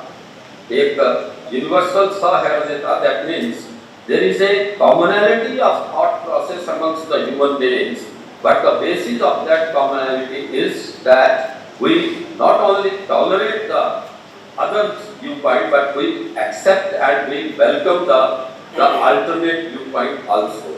Perhaps that is the total concept of future research for communication, and I am very sure that this seminar of 2 days, drawing scholars from all over the world, is going to create an environment of research where the communication is not viewed in terms of the geographical approaches, but in the terms of the entire universal approach, and it is not restricted to the study of communication, but it is the people from all fields, from sciences, technology, AI, augmented reality is also a great field of communication, and also from literatures, linguistics, theatre, and political other humanities, especially the political science. They all get involved and create a wider and perhaps the ultimate understanding of how humans communicate. I think that's the crux of the problem. I am grateful. The last 1 hour was very educating for me. I listened to some of the scholars, and that gave me some new thought in which the entire process, entire research is going on all over the world, and perhaps this conference can come out with some resolutions that will involve more people, more disciplines, and more holistic in its view to understand and explain the entire process of human communication, and then create models that can create a harmonious humanity in this world. Thank you so much. I am very grateful to Nirmal Mani Adhikari, and I know that when we used to talk about the Bharat Muni and Natya Shastra and other things, he used to come out with new ideas, and then we decided to have a book on Natya Shastra's based understanding of communication. I am sure Nirmal Mani Adhikari, under the guidance of his Vice Chancellor and other people, will take the entire process further and create more dialogues and more consultations and more theory building in the process of communication. Thank you so much. Jai Bharat. Thank you, Professor Kutiala. We would like to acknowledge the wonderful work being done by Mr. Bibek on the technical team and led by Mr. Angima Gelulama. It has been a really smooth transition from online to offline presentations. We now have the felicitation program for Professor Ramkrishna Regmi. We invite Chief Guest Professor Aggarwal and Chairperson Professor Dr. Thapa for felicitating Professor Regmi. Professor Regmi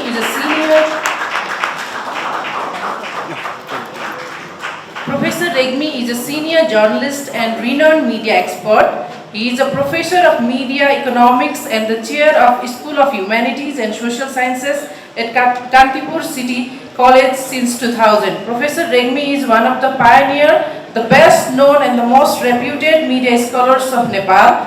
For his immense contribution to media education, he was awarded Gopal Das Patrakarita Puraskar 2071, the most prestigious award in Nepali journalism, founded by Press Council Nepal. An MA in Economics from Tripura University. He has 2 postgraduate diplomas in journalism and communication from International Institute of Journalism, West Berlin, Germany, and Exeter in Boston, UK. Besides postgraduate specialized trainings on media from Boston University and University of the Philippines, prolific in journalistic works for the last 45 years, he is noted as the resource person widely acknowledged for his thought-provoking presentations on the media principles and contemporary media issues. Professor Regmi has 8 books to his credit on themes ranging from journalism, information flow, anti-corruption, national integrity system, human rights, and non-partisan reporting. Most importantly, Professor Regmi is the research supervisor of Dr. Adhikari during his master's thesis, which is the foundational work to develop the diagrammatic Sadharanikaran model of communication.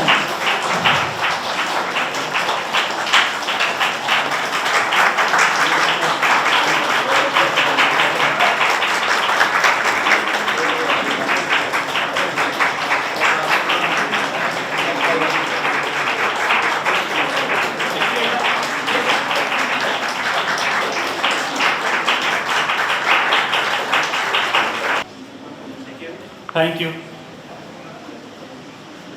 We now request Professor Regmi for his special remarks. Professor Regmi is a senior journalist and renowned media expert. He is a professor of media economics and the chair of School of Humanities and Social Sciences at Kantipur City College since 2000. Professor Regmi is one of the the best known and the most reputed media scholars of Nepal. For his immense contribution to media education, he was awarded Gopal Das Patrakarita Puraskar 2071, the most prestigious award in Nepali journalism, founded by Press Council Nepal, an MA in Economics from Tribhuvan University. He has 2 postgraduate diplomas in journalism and communication from International Institute of Journalism, West Berlin, Germany, and Exeter in Bordeaux, UK. Besides postgraduate specialized trainings on media from Boston University and University of the Philippines, prolific in journalistic works for the last 45 years, he is noted as the resource person widely acknowledged for his thought-provoking presentations on the media principles and contemporary media issues. Professor Regmi has 8 books to his credit on themes ranging from journalism, information flow, anti-corruption, national integrity system, human rights, and non-partisan reporting. Most importantly, Professor Regmi is the research supervisor of Dr. Adhikari during his master's thesis, which is the foundational work to develop the diagrammatic Sadharanikaran model of communication.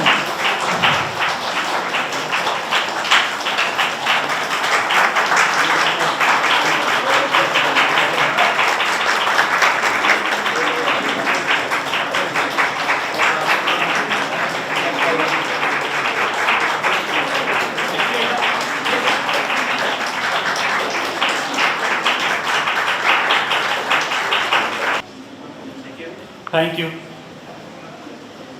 Namaskar to everybody. Dr. Nirmal Adhikari, I should felicitate you actually. You have opened the gate to Vedic civilization, to the communication. You see, you have done you have entered into the global domain. You see, and it gives me pleasure. So this morning, when Dr. Nirmal Adhikari called me, I think, shall I talk to you about a scholarly scheme of, you see, this model of communication, which is the talk of the town in the communication sector. You see, but today I have selected a topic for discussion. You see, I don't have the answer. You see, persons working in the newsroom and the media production room always ask me, is there an applied version of this Sadharanikaran model of communication for working journalists, media producers, and others? I don't have one sentence answer to them. I wish I could answer them. I could give them one formula for producing media products for the media ecology, which has been dominated by social media and AI-generated media. You see, today, all media producers are facing a challenge of humanizing their stories, humanizing their presentations, humanizing their, works in the communication sector, in the media, and in other creative works. It has been a challenge.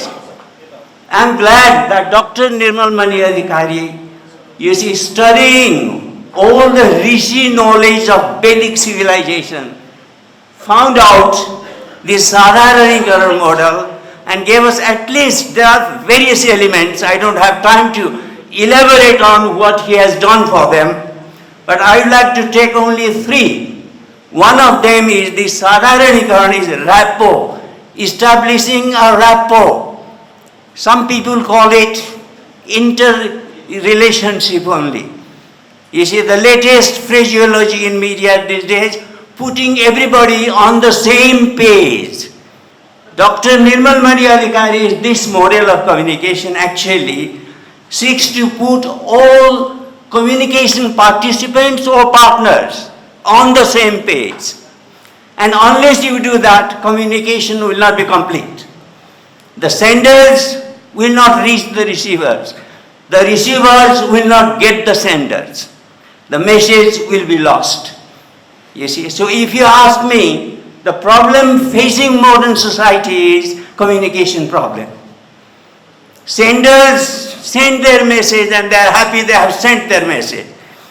You see, receivers are happy because they get the message in their hands through the mobile. Very happy, they read the headlines, they get everything, you see. But is there any Sadharanikaran there? Are they on the same page? In the real sense of the term, this is the question we have to answer. And scholars like Dr. Nirmal Adhikari, if you continue this work in future, you see, you will actually open various dimensions of communication recorded in the Rishi intelligence of Vedic civilization. And that will be a great contribution to the AI-controlled content creation of modern times. You see, I wish I could enter it, but my age does not allow me to do that.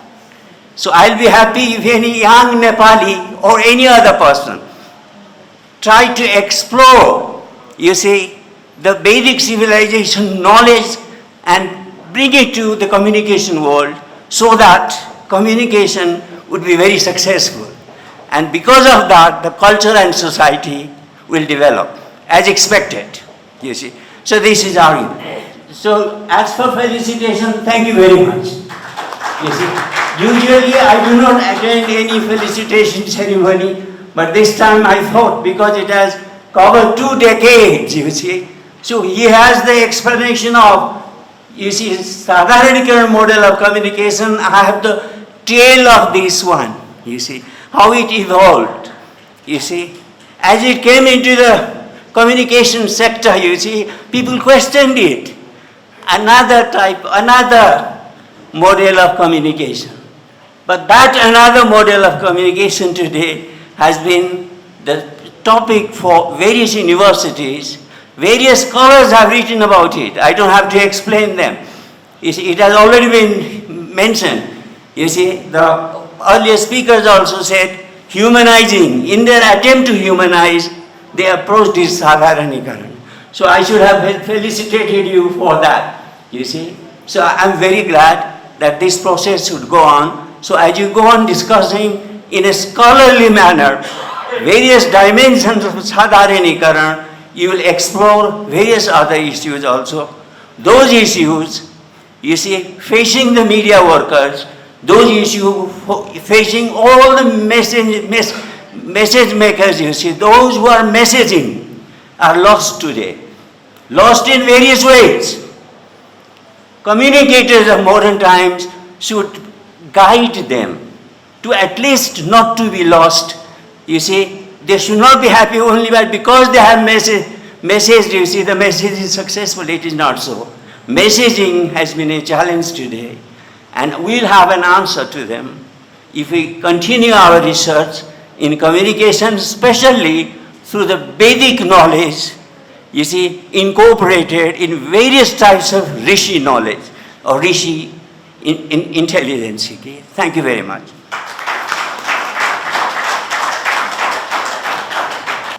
Thank you, Professor Regmi. We now have special remarks by the chief guest, Professor K.K. Aggarwal, President, South Asian University. Professor Aggarwal is the founding Vice Chancellor of Guru Gobind Singh Indraprastha University and holds significant roles at the National Board of Accreditation and MNIT Jaipur with a 27-year career at NIT Kurukshetra. He authored numerous books and over 400 research papers. He has received very prestigious awards including Lifetime Achievement Awards from the Institution of Electronics and Telecommunication Engineers and the Computer Society of India. Professor Aggarwal received his PhD in Reliability Evaluation and Optimization from Kurukshetra University, where he also earned a master's degree. He graduated top of his class in the Electronics and Communication Engineering from Punjab University. Professor Aggarwal has lectured globally, influencing both academic and industrial spheres. Over to you, sir. Professor Bola Thapa, the very dynamic Vice Chancellor of this upcoming university in Nepal, my colleague for 3 years at Jambeshwar University, Professor Kotyala, Professor K.J. Suresh, Professor Hua Gong from China, Professor Samba from Bali, Professor Chubi Yadav from JNU, Professor Yoshike Maik, Mr. Itamaya, and so many distinguished media professionals from teaching all over the world and working in the field. Well, I had always a question, why am I going to this conference which is by media professionals? Am I going to be a misfit there? But pardon me saying, after coming here and having some discussions last evening at the dinner, and now I think I am the fittest person to address this conclave. The reason is, the problem with our academics as a whole is that we be so much nucleated to our subject that we don't think sideways. And I think that's the greatest problem. And that's a very greatly issued hypothesis in the policy, in education policy also.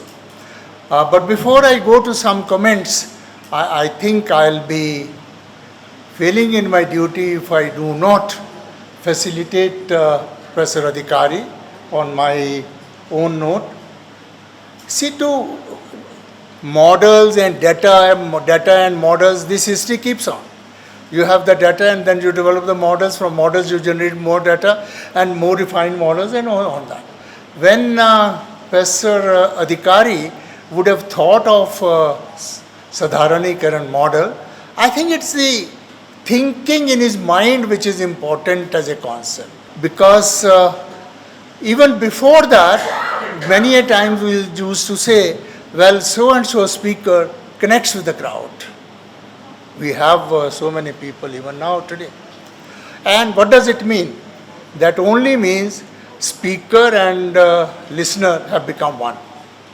That is the spirit of Sadharanikaran model. They don't define sender and receiver as two separate things. They define Sahardyas. Now, that is something which I believe is a crux of all universities, all teaching professionals. Our biggest mistake is teacher feels he has delivered the lecture and that's the end of it. And student believes he has got the attendance for the lecture and that's the end of it. We do not connect with the student in the class. And unless we do that, education is not going to be as successful as it is expected to be. Education can be successful only and only when you can read the students inside. That is where we say today, unless education becomes one-to-one, in some practical ways, it will never serve the purpose. That is where we go back to our Gurukuls. It was always one-to-one. And I give this example many times. When all the 5 Pandavas went to one Guru, I don't know with what methods of Sadharanikaran, Guru Dronacharya decided that Arjuna, you will be good at Dhanushban, Bhim, you will be good at Gada. Who decided that? There was no entrance test conducted to decide the one who gets better merits will do that. It was only the discussion and the emotional connect which led to this decision and which led to the perfection. Today, we are completely devoid of this decision. If you get one more mark, you have to go to engineering or medicine. Otherwise, your parents, your uncles, aunts, everybody will throw you out. Now, that kind of miscommunication which we have done is probably the largest, the greatest evil of education system, whether India or Nepal or Europe or America, anywhere. Because we are not connecting to the receiver. And this model, I think one of the most essential thing according to me is not that from 5 parameters to 9 parameters. According to me, most essential is the distinction between sender and receiver has been eliminated. If we do that, then only everything solves. Many of the expert people have talked about humanization. Now, what do we mean by humanization? You understand the mind of the other people. That is humanizing. When I say something, I make sure that it doesn't hurt you. That's humanizing. When communication people write something, print something, show something, if they take care that it doesn't hurt any section of the society, that is will solve most of the problems of the world. So the model is, I don't think it did not exist earlier. Probably it existed much before. How did rishis communicate to their disciples? Men not even talking, not even gesturing, but still the communication took place. That's probably over-sadharanikaran model to which we have yet to go to.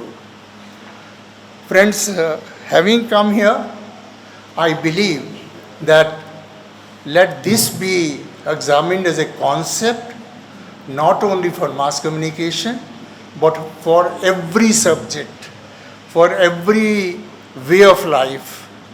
Why not Sadharanikaran of mathematics? Why not Sadharanikaran of history? Why not Sadharanikaran of engineering? Why not Sadharanikaran of international relations? And I believe probably everything will get better. I, for one, have always believed, incidentally, I am not a communication person, but I am a telecommunication person. In telecommunication, unfortunately, we laid all the emphasis on tele, but did not lay any emphasis on communication, and that is where we happen. When I come here this morning and I find Professor Bhola Thapa and me are alumni of the same engineering college, it gives another connect with this university. And second reason for which I have come here, and I believe South Asian University was a great concept for all the SAR countries. You have to see it as a concept, not as a physical entity. Try and see what is common to SAR countries. Try and see what can benefit all SAR countries. Try and see how the effort in one country can benefit all 8 countries, how the efforts can be cost effective, and so on and so forth. So I have taken over this responsibility for the last 5 months, and I've been seriously thinking of reviving it. And one of the things which I have tried to propagate is we have to outreach to all the SAR countries and find out what they want, and then work on that. And we have to work jointly. If we keep on seeing it as another university in India, that will never serve the purpose. So I will invite and request, if possible, if Nepal or the Kathmandu University can establish a center of SAU and work on some problems which are of common interest, I'll be very happy to support it, welcome it, and take it forward. Not only that, I can establish a Faculty of Arts, Languages and Communication in the main campus of SAU, which will be practically virtually run by Kathmandu University, the group of mass communication and arts and language. You may be physical here most of the time. The point is, if Sadharanikaran model has to reach the whole world, probably you get more wings to fly if you go through Sao. And I believe it's once you have invented this model, Mr. Adhikari, for which I think many nice people are grateful to you, this model has to help the whole world. It need not help only communication people, it need not help only Nepal or being called Bharatvarshiya model, it need not help only India, it must help the whole world. And I think the key is the word Sadharanikaran. In which subject you apply. I myself have been an engineer, but many of my research papers are mathematics oriented. I have bet sometime I give you my PhD thesis with removing the title, you can't even say whether it's engineering thesis or mathematics thesis. That's how we work on. And I still remember my best cited paper, most commonly cited papers in 1975. This is the simplest paper I have written. And as a matter of fact, Mrs. Aggarwal is also a professor. And last evening before I sent it for publication, we were discussing, it is so sadharan, should it be sent for publication at all? It is so simple a paper, should it be sent for publication at all? And that was the best received paper. And from that, US Navy applied it, Indian Space Research applied it. I was one of the designers of PSLV for that. So what I'm trying to say is, most of our researchers are taught, I'm using the word taught intentionally, to make the things more complicated, hoping that complicated paper will publish easily. Now that is something which has gone totally wrong with the academics, that if a differential equation is such which nobody can read, then the referee will publish it without understanding it. But if everybody can understand, then he may find faults with it. But friends, that finding faults, getting feedback, improving this is the real life, and we have to do that. Let's not make our lives complicated. Let's not make our students' lives complicated. Let's not make the word complicated. That is the beauty of academics. And I am sure it's possible, if you take my word for 5 years of experience as a teacher, it's possible. And if I have to use one sentence in this academic institution, which I have always done, the only duty for a teacher, I'm using the word only, the only duty for a teacher is to make the life of the student sadharan, to make the life of a student simple, irrespective of any subject. We talk of dichotomies. Even last night we were discussing dichotomies in education policy. Yes, there are. Life moves out of dichotomy. Here, Sadharanikaran is simplification, simple. And it's a non-linear model of communication rather than the linear model of communication. In common sense, I would believe linear is simpler than non-linear. Now, it's a non-linear, but it is Sadharanikaran. Is that not a dichotomy? All positives in life have come out of dichotomous situations. Don't run away from dichotomy. Look for the positive thread. Look for the unified thread coming out of dichotomies. That is the beauty of life, and I think that will be the greatest tribute on today's conclave in this university, celebrating this model. Let Sadharanikaran becomes a way of life, more so in teaching institutions, all teaching institutions, all subjects, and let it start from media where it starts. And I once again reiterate, whatever I can do from the portals of South Asian University, you will find it done sooner than you expect, provided I have a written formal proposal on that, because I think that's the need, that's a beautiful concept of SAR countries. I would not mind even saying it could be a model of Sadharanikaran of university education. So we could... I have already established a center of futuristic studies. I think the two words can go together, and we can create wonders. And I have always believed wonders are not created by very, very heavy thesis. wonders are created by very small pieces of papers or very small dialogues, and linear and non-linear are very relative terms. I remember as a computer scientist, it was easier for us to design a robot which could take a spaceship, which could guide a spaceship. But it was difficult for us to design a robot which could fold clothes as every housewife does in the evening. Folding clothes is more complicated than going to the moon. So that is where the linear and non-linear comes. Most of the life is non-linear, but we have to still make it simple and learn from it. Life does not learn on linear algorithms, and I'll end my comments by using just one small illustration. I was addressing a conclave of mathematicians in Vigyan Bhavan of India, which is the largest auditorium we had, and it was on optimization algorithms. And everybody talked about the nice of optimization algorithms as they had evolved it. I said, everybody has talked about beautiful optimization algorithms. Tell me one person in the hall who chose his spouse by applying an optimization algorithm.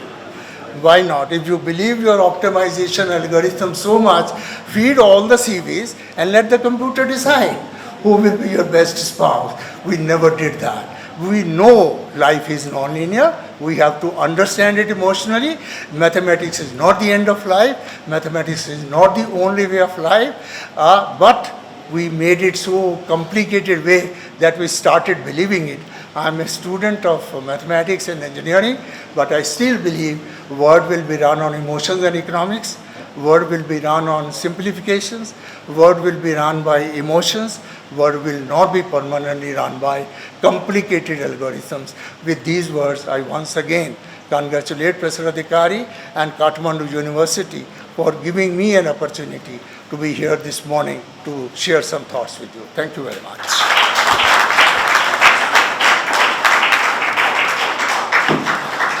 Thank you, Professor Aggarwal. Professor Aggarwal hasn't only come with Mrs. Aggarwal today, but he has also come with a student from, a Nepali student who is presenting a paper. He's doing his PhD at South Asia University. We also have Dr. Ram Shrestha, who has recently joined as a lecturer of economics at Kathmandu University. He recently completed his PhD there at South Asian University. We are happy to report that, sir. We now have a program of distributing token of love to our dignitaries. We request Prerna to come to the dais. Chief guest, Professor K.K. Aggarwal. Professor Bhola Thapa is distributing the token of love.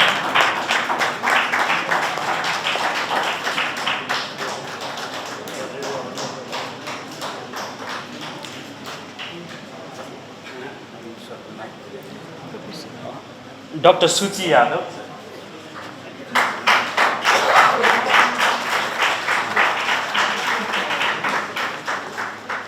And Dr. T.N. Joshi. T.N. Joshi.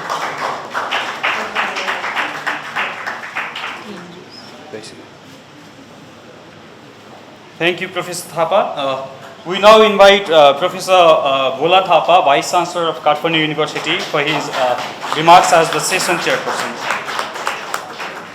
Professor Thapa is the Vice Chancellor of Kathmandu University, where he has made significant contributions to engineering education and research. With a career spanning over 3 decades, he has held various academic and administrative roles, including University Registrar and Dean of the School of Engineering. Professor Thapa has been instrumental in establishing Kathmandu University's School of Engineering as Nepal's first QA certified engineering institute. His expertise in hydraulic machinery, sand erosion in turbines and renewable energy has been recognized globally through numerous publications and conference presentation. Over to you, sir. Chief guest of today's program, Professor Dr. K.K. Aggarwal, President of South Asian University, and I'm also so blessed and lucky that my alma mater, my senior from my engineering college in Chandigarh, Professor B.K. Kuthi Ala, former Vice Chancellor, and Professor Dr. K.G. Suresh, Vice Chancellor of Makhanlal Chaudhary National University, Professor Dr. An Hong, Vice President, School of Public Administration of University of Electronics, Science and Technology of China, Dr. Shuchi Yadav, Chairperson, Center of Media Study, JNU, Fellow Vice Chancellor from Far Western University, Professor Joshi, Mrs. Ekumaya Kun, Dean of School of Arts, so Dr. Professor Balchandra Luitel, Dean of School of Education. Very special person present here today, Professor Ram Krishna Regmi, guru of many of our media scholars here in this country, distinguished scholars, esteemed guests, dear colleagues, ladies and gentlemen. Since we have been gathered here, assembled here on very special model of communication, and to reach to that place, Professor Ramakrishna Regmi, you have trained or educated Dr. Nirmal Mani Adhikari on this special occasion. On behalf of all academia of Nepal, I would like to felicitate you. Thank you for all the effort you have laid in this country to formally start a media education in this country, and on that ground we are able to stand here. So thank you very much, sir, and congratulations on behalf of all academia of Nepal. It is an immense honor and privilege for me to welcome you all to this international seminar on 2 decades of Sadharanikaran model of communication, hosted by Department of Language and Mass Communication at Kathmandu University. This event marks a significant milestone in the scholarly exploration and practical application of Sadharanikaran model of communication, a framework that has profoundly influenced the field over the past 2 decades. Before we dwell into the heart of our discussions, allow me to extend my heartfelt gratitude to all the participants, researchers, academicians, and practitioners who have traveled from various countries of the world or joined online from various parts of the world to contribute their insight and expertise. Your presence here today underscores the global relevance and academic vigor associated with the Sadharanikaran model of communication. As Professor Aggarwal said, maybe it's not the forum for us, we as engineers. I was also thinking that maybe I will just complete my formality of addressing you, since my predecessor are all from the technical background in this Kathmandu University, from medical background, and then the professor of chemistry. And my own senior, when he stood up here and then talked about Sadharanikaran of communication, I think I cannot run away from here. I refer to the statement of Professor Suresh in this region, especially on the South Asia region, when we are on the development, different types of development phase, especially India, when after this National Education Policy 2020, and I think it's with the special interest of the Prime Minister Modi. So you are very much or directly involved on Indian knowledge system, IKS or Bharatiya knowledge system. When we talk about, let's say, this Eastern knowledge system, so we can generalize it with the Eastern knowledge system. So we do have a Jnana, Vijnana and Parampara. I think what we are talking about means what Dr. Adhikari, you have presented 2 decades back, and then we are trying to practice it and utilize it is based on this, our system of Gyan, Vigyan and Parampara. What is our vision, our drishti for this Parampara? How do we look these things? So, of course, we talked about the Western philosophies or Western practices or colonial practices, ma'am, you mentioned, but we do have our own Gyan Parampara, and based on that Gyan, Vijnana and Parampara, Dr. Adhikari, you have presented this, I think, Sadharanikaran model, and Sadharanikaran model of this communication is, now I think we need to look into it. What is this for? Is this for as a product for any consumers, as a consumer, or this communication is for wellness or for peace?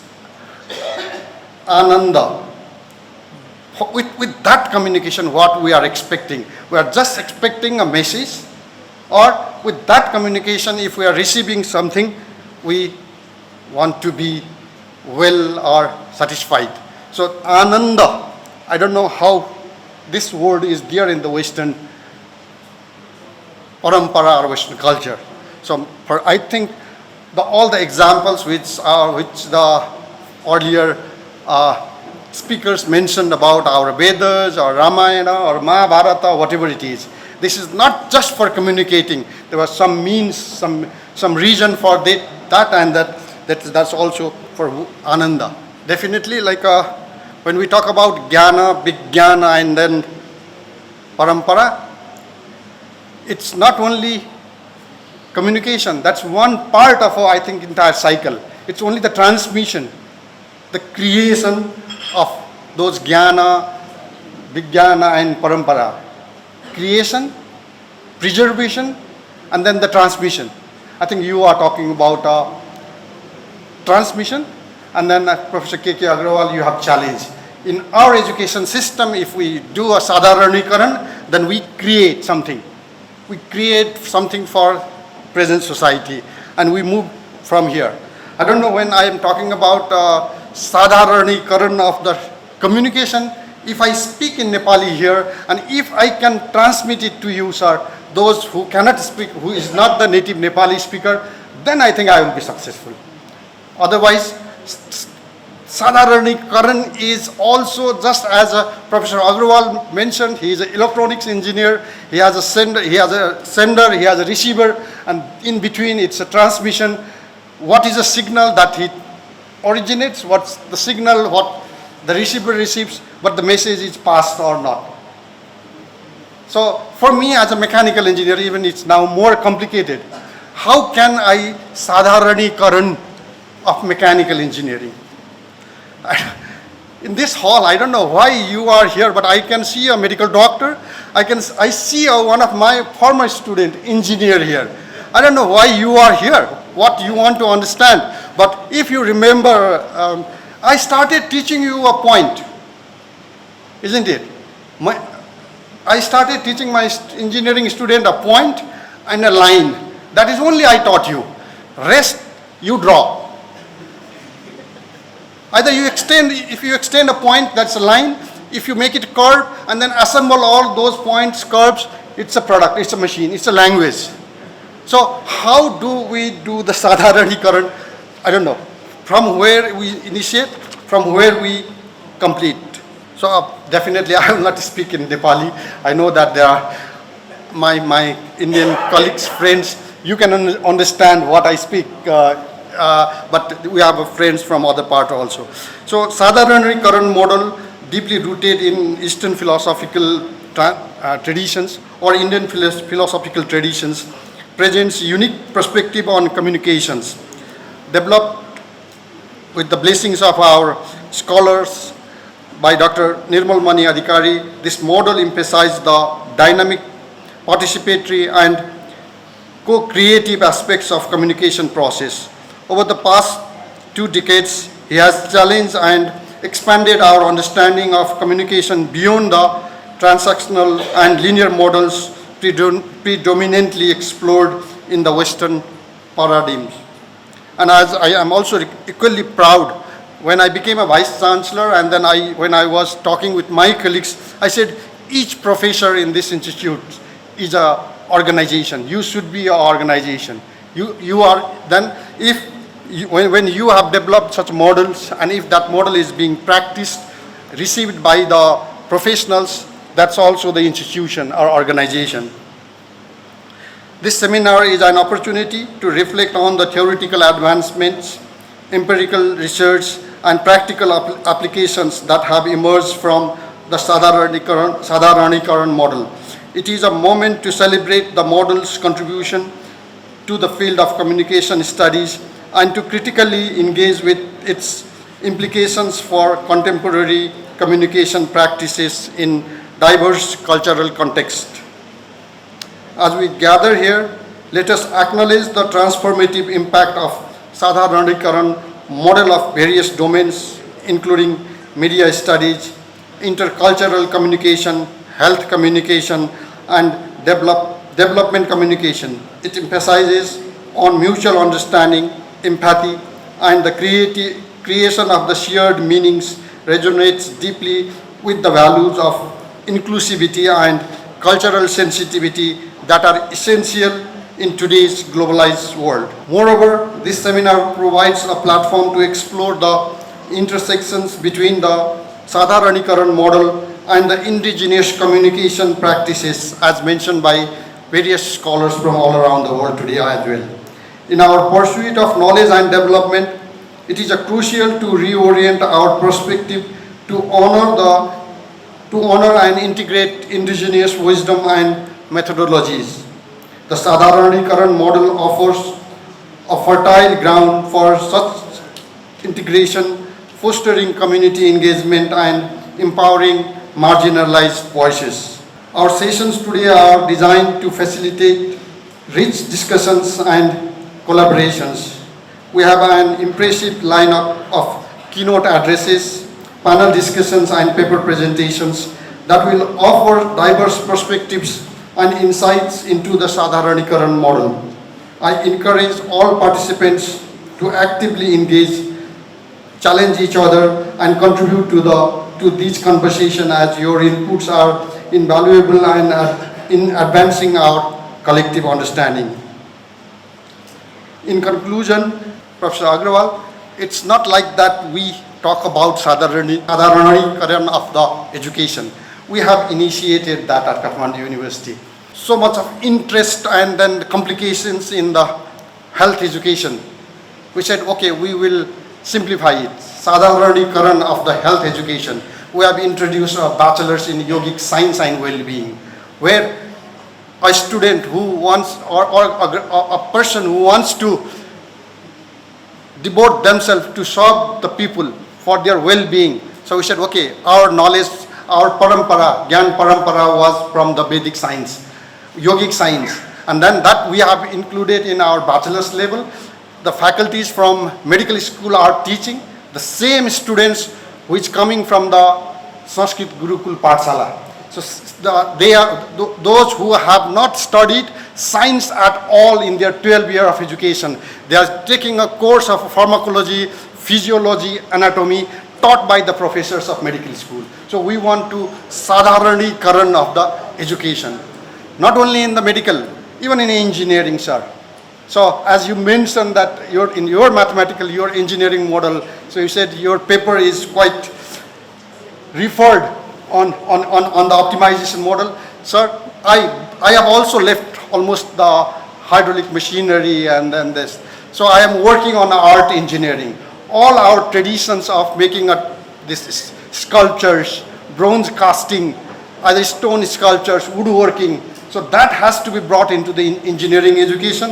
And in the same school, this school of arts is so diverse.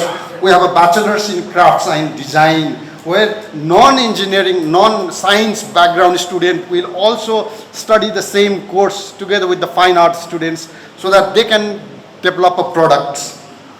So I think it is in line with the Bharatiya knowledge system or Indian knowledge system which NEP is talking about. Sir, we were able to host the North Zone Vice Chancellors Conference of Association of Indian Universities, and in the main session of the Indian University, main conference in Hyderabad, there was an entire session on a Bharatiya knowledge system, and then whatever we have been practicing here, there were several presentations made on that session on our indigenous and our traditional knowledge.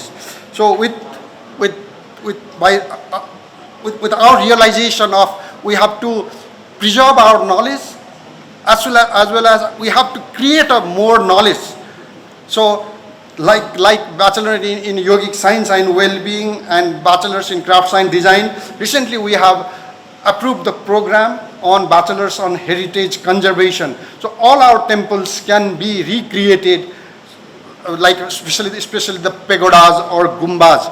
So we can preserve as well as we can make new. So and then it's not only preserve doing, but we have to continuously pass that knowledge to the next generation. So with the School of Education, we have a masters in indigenous knowledge. So all our indigenous knowledge has to be preserved, protected and transmitted to the future generation. So we are really convinced on this, and then definitely as all of we have been talking, this is a sort of a humanizing our thinking and then communicating and serving it in the humanistic way. So if I ask a mother and a child about the communication, I don't know which model works there, which Sadharanikaran model works, but mother can always communicate with their children even if they cannot speak. We need that. The communication is not only the content, as Professor Regmi also mentioned earlier, the medium of communication. The medium of communication has put us so much of challenge. Now, the present day mother will not invite a son or daughter for dinner by shouting for dinner is ready. She sends a message on the messenger. That is what is happening in my society as well, in my house as well. So mother is talking with my children, my wife is talking with my children on messenger. I don't know what will be, what we and how we are talking about Sadharanikaran of the communication. Anyway, we have to bring them back to be a human, because something which I read from the eye cannot be replaced by anything. Not only in my house, in my office as well. There are my two professors in the same room, communicate through the emails, but they don't have time to talk each other. This is sort of maybe the another side or the dark side of the development of this technology or development. Anyway, now with this some of my feelings, I don't know whether it fits with this conference and the model or not, but I just try to spoke my heart. Before I leave from here, once again I would like to thank Professor Aggarwal for sparing your time with us. More than that, your offer to work together with the South Asian University is very means accepted by Kathmandu University. On behalf of all my friends, I wholeheartedly accept that. We have already started working together with the Indian universities, with Indian Institute of Technology, Madras. We have a joint master's program with Indian Institute of Technology, Hyderabad. We have a joint PhD and master's program. We have already started. If we can have some centers together, either here in Nepal or at the Delhi, we will be very much open. Sir, with Sadharanikaran of communication, of Sadharanikaran of the education, it should not be only for very limited group or limited place or limited country. We have extended our bachelors in yogic science and well-being at Tirupati. As Professor Suresh was mentioning that he wants to connect Mahankal with the Pashupati, we have connected Tirupati with the Pasupati. Kathmandu University's Bachelor in Yogic Science and Well-being is offered at Tirupati, and in the first batch we have 6 students studying yoga. I know that India has a very rich knowledge of yoga, but the Himalayan yoga, the many of the knowledge which was created on the foot of the Himalayas can benefit all over the world. That's why, so we would like to join hand with you, sir, and other institutions who have come up here. So with this, once again, I would like to thank for your participations. I would also like to wish that the rest of the sessions of this conference will be very fruitful, and it will initiate or it will begin the relationship with many other friends, and then we'll make more and more models in the days to come. Thank you very much. Thank you, Professor Thapa. Your active engagement with this conference, your patronage has been really inspiring and helpful for us to organize this conference successfully, smoothly. We once again thank you everyone on the dais, the dignitaries, Professor Dr. Bhola Thapa, Professor Dr. K.K. Aggarwal, and Professor Dr. Yoshitaka Maik, who joined online, Professor Dr. B.K. Kutiala, Professor Dr. K.G. Suresh, Professor Dr. Han Hong, Miss Ekumaya Pun, Professor Ramkrishna Regmi, Professor Ida Bagus Putusuamba. We also like to acknowledge the presence of Dr. T.N. Joshi, the Vice Chancellor of the Sudhir Pasim Academy, and of course we have Dr. Suchi Yadav, chairperson from the Center of Media Studies at JNU. And we also like to acknowledge the presence of Dr. Nirmal Madi Adhikari, who is the propounder of the theory of Sadharanikaran model of communication. We now close the session. We have 2 plenary sessions coming up here shortly. We'd like to take a 10-minute break for tea. So thank you everyone for joining in.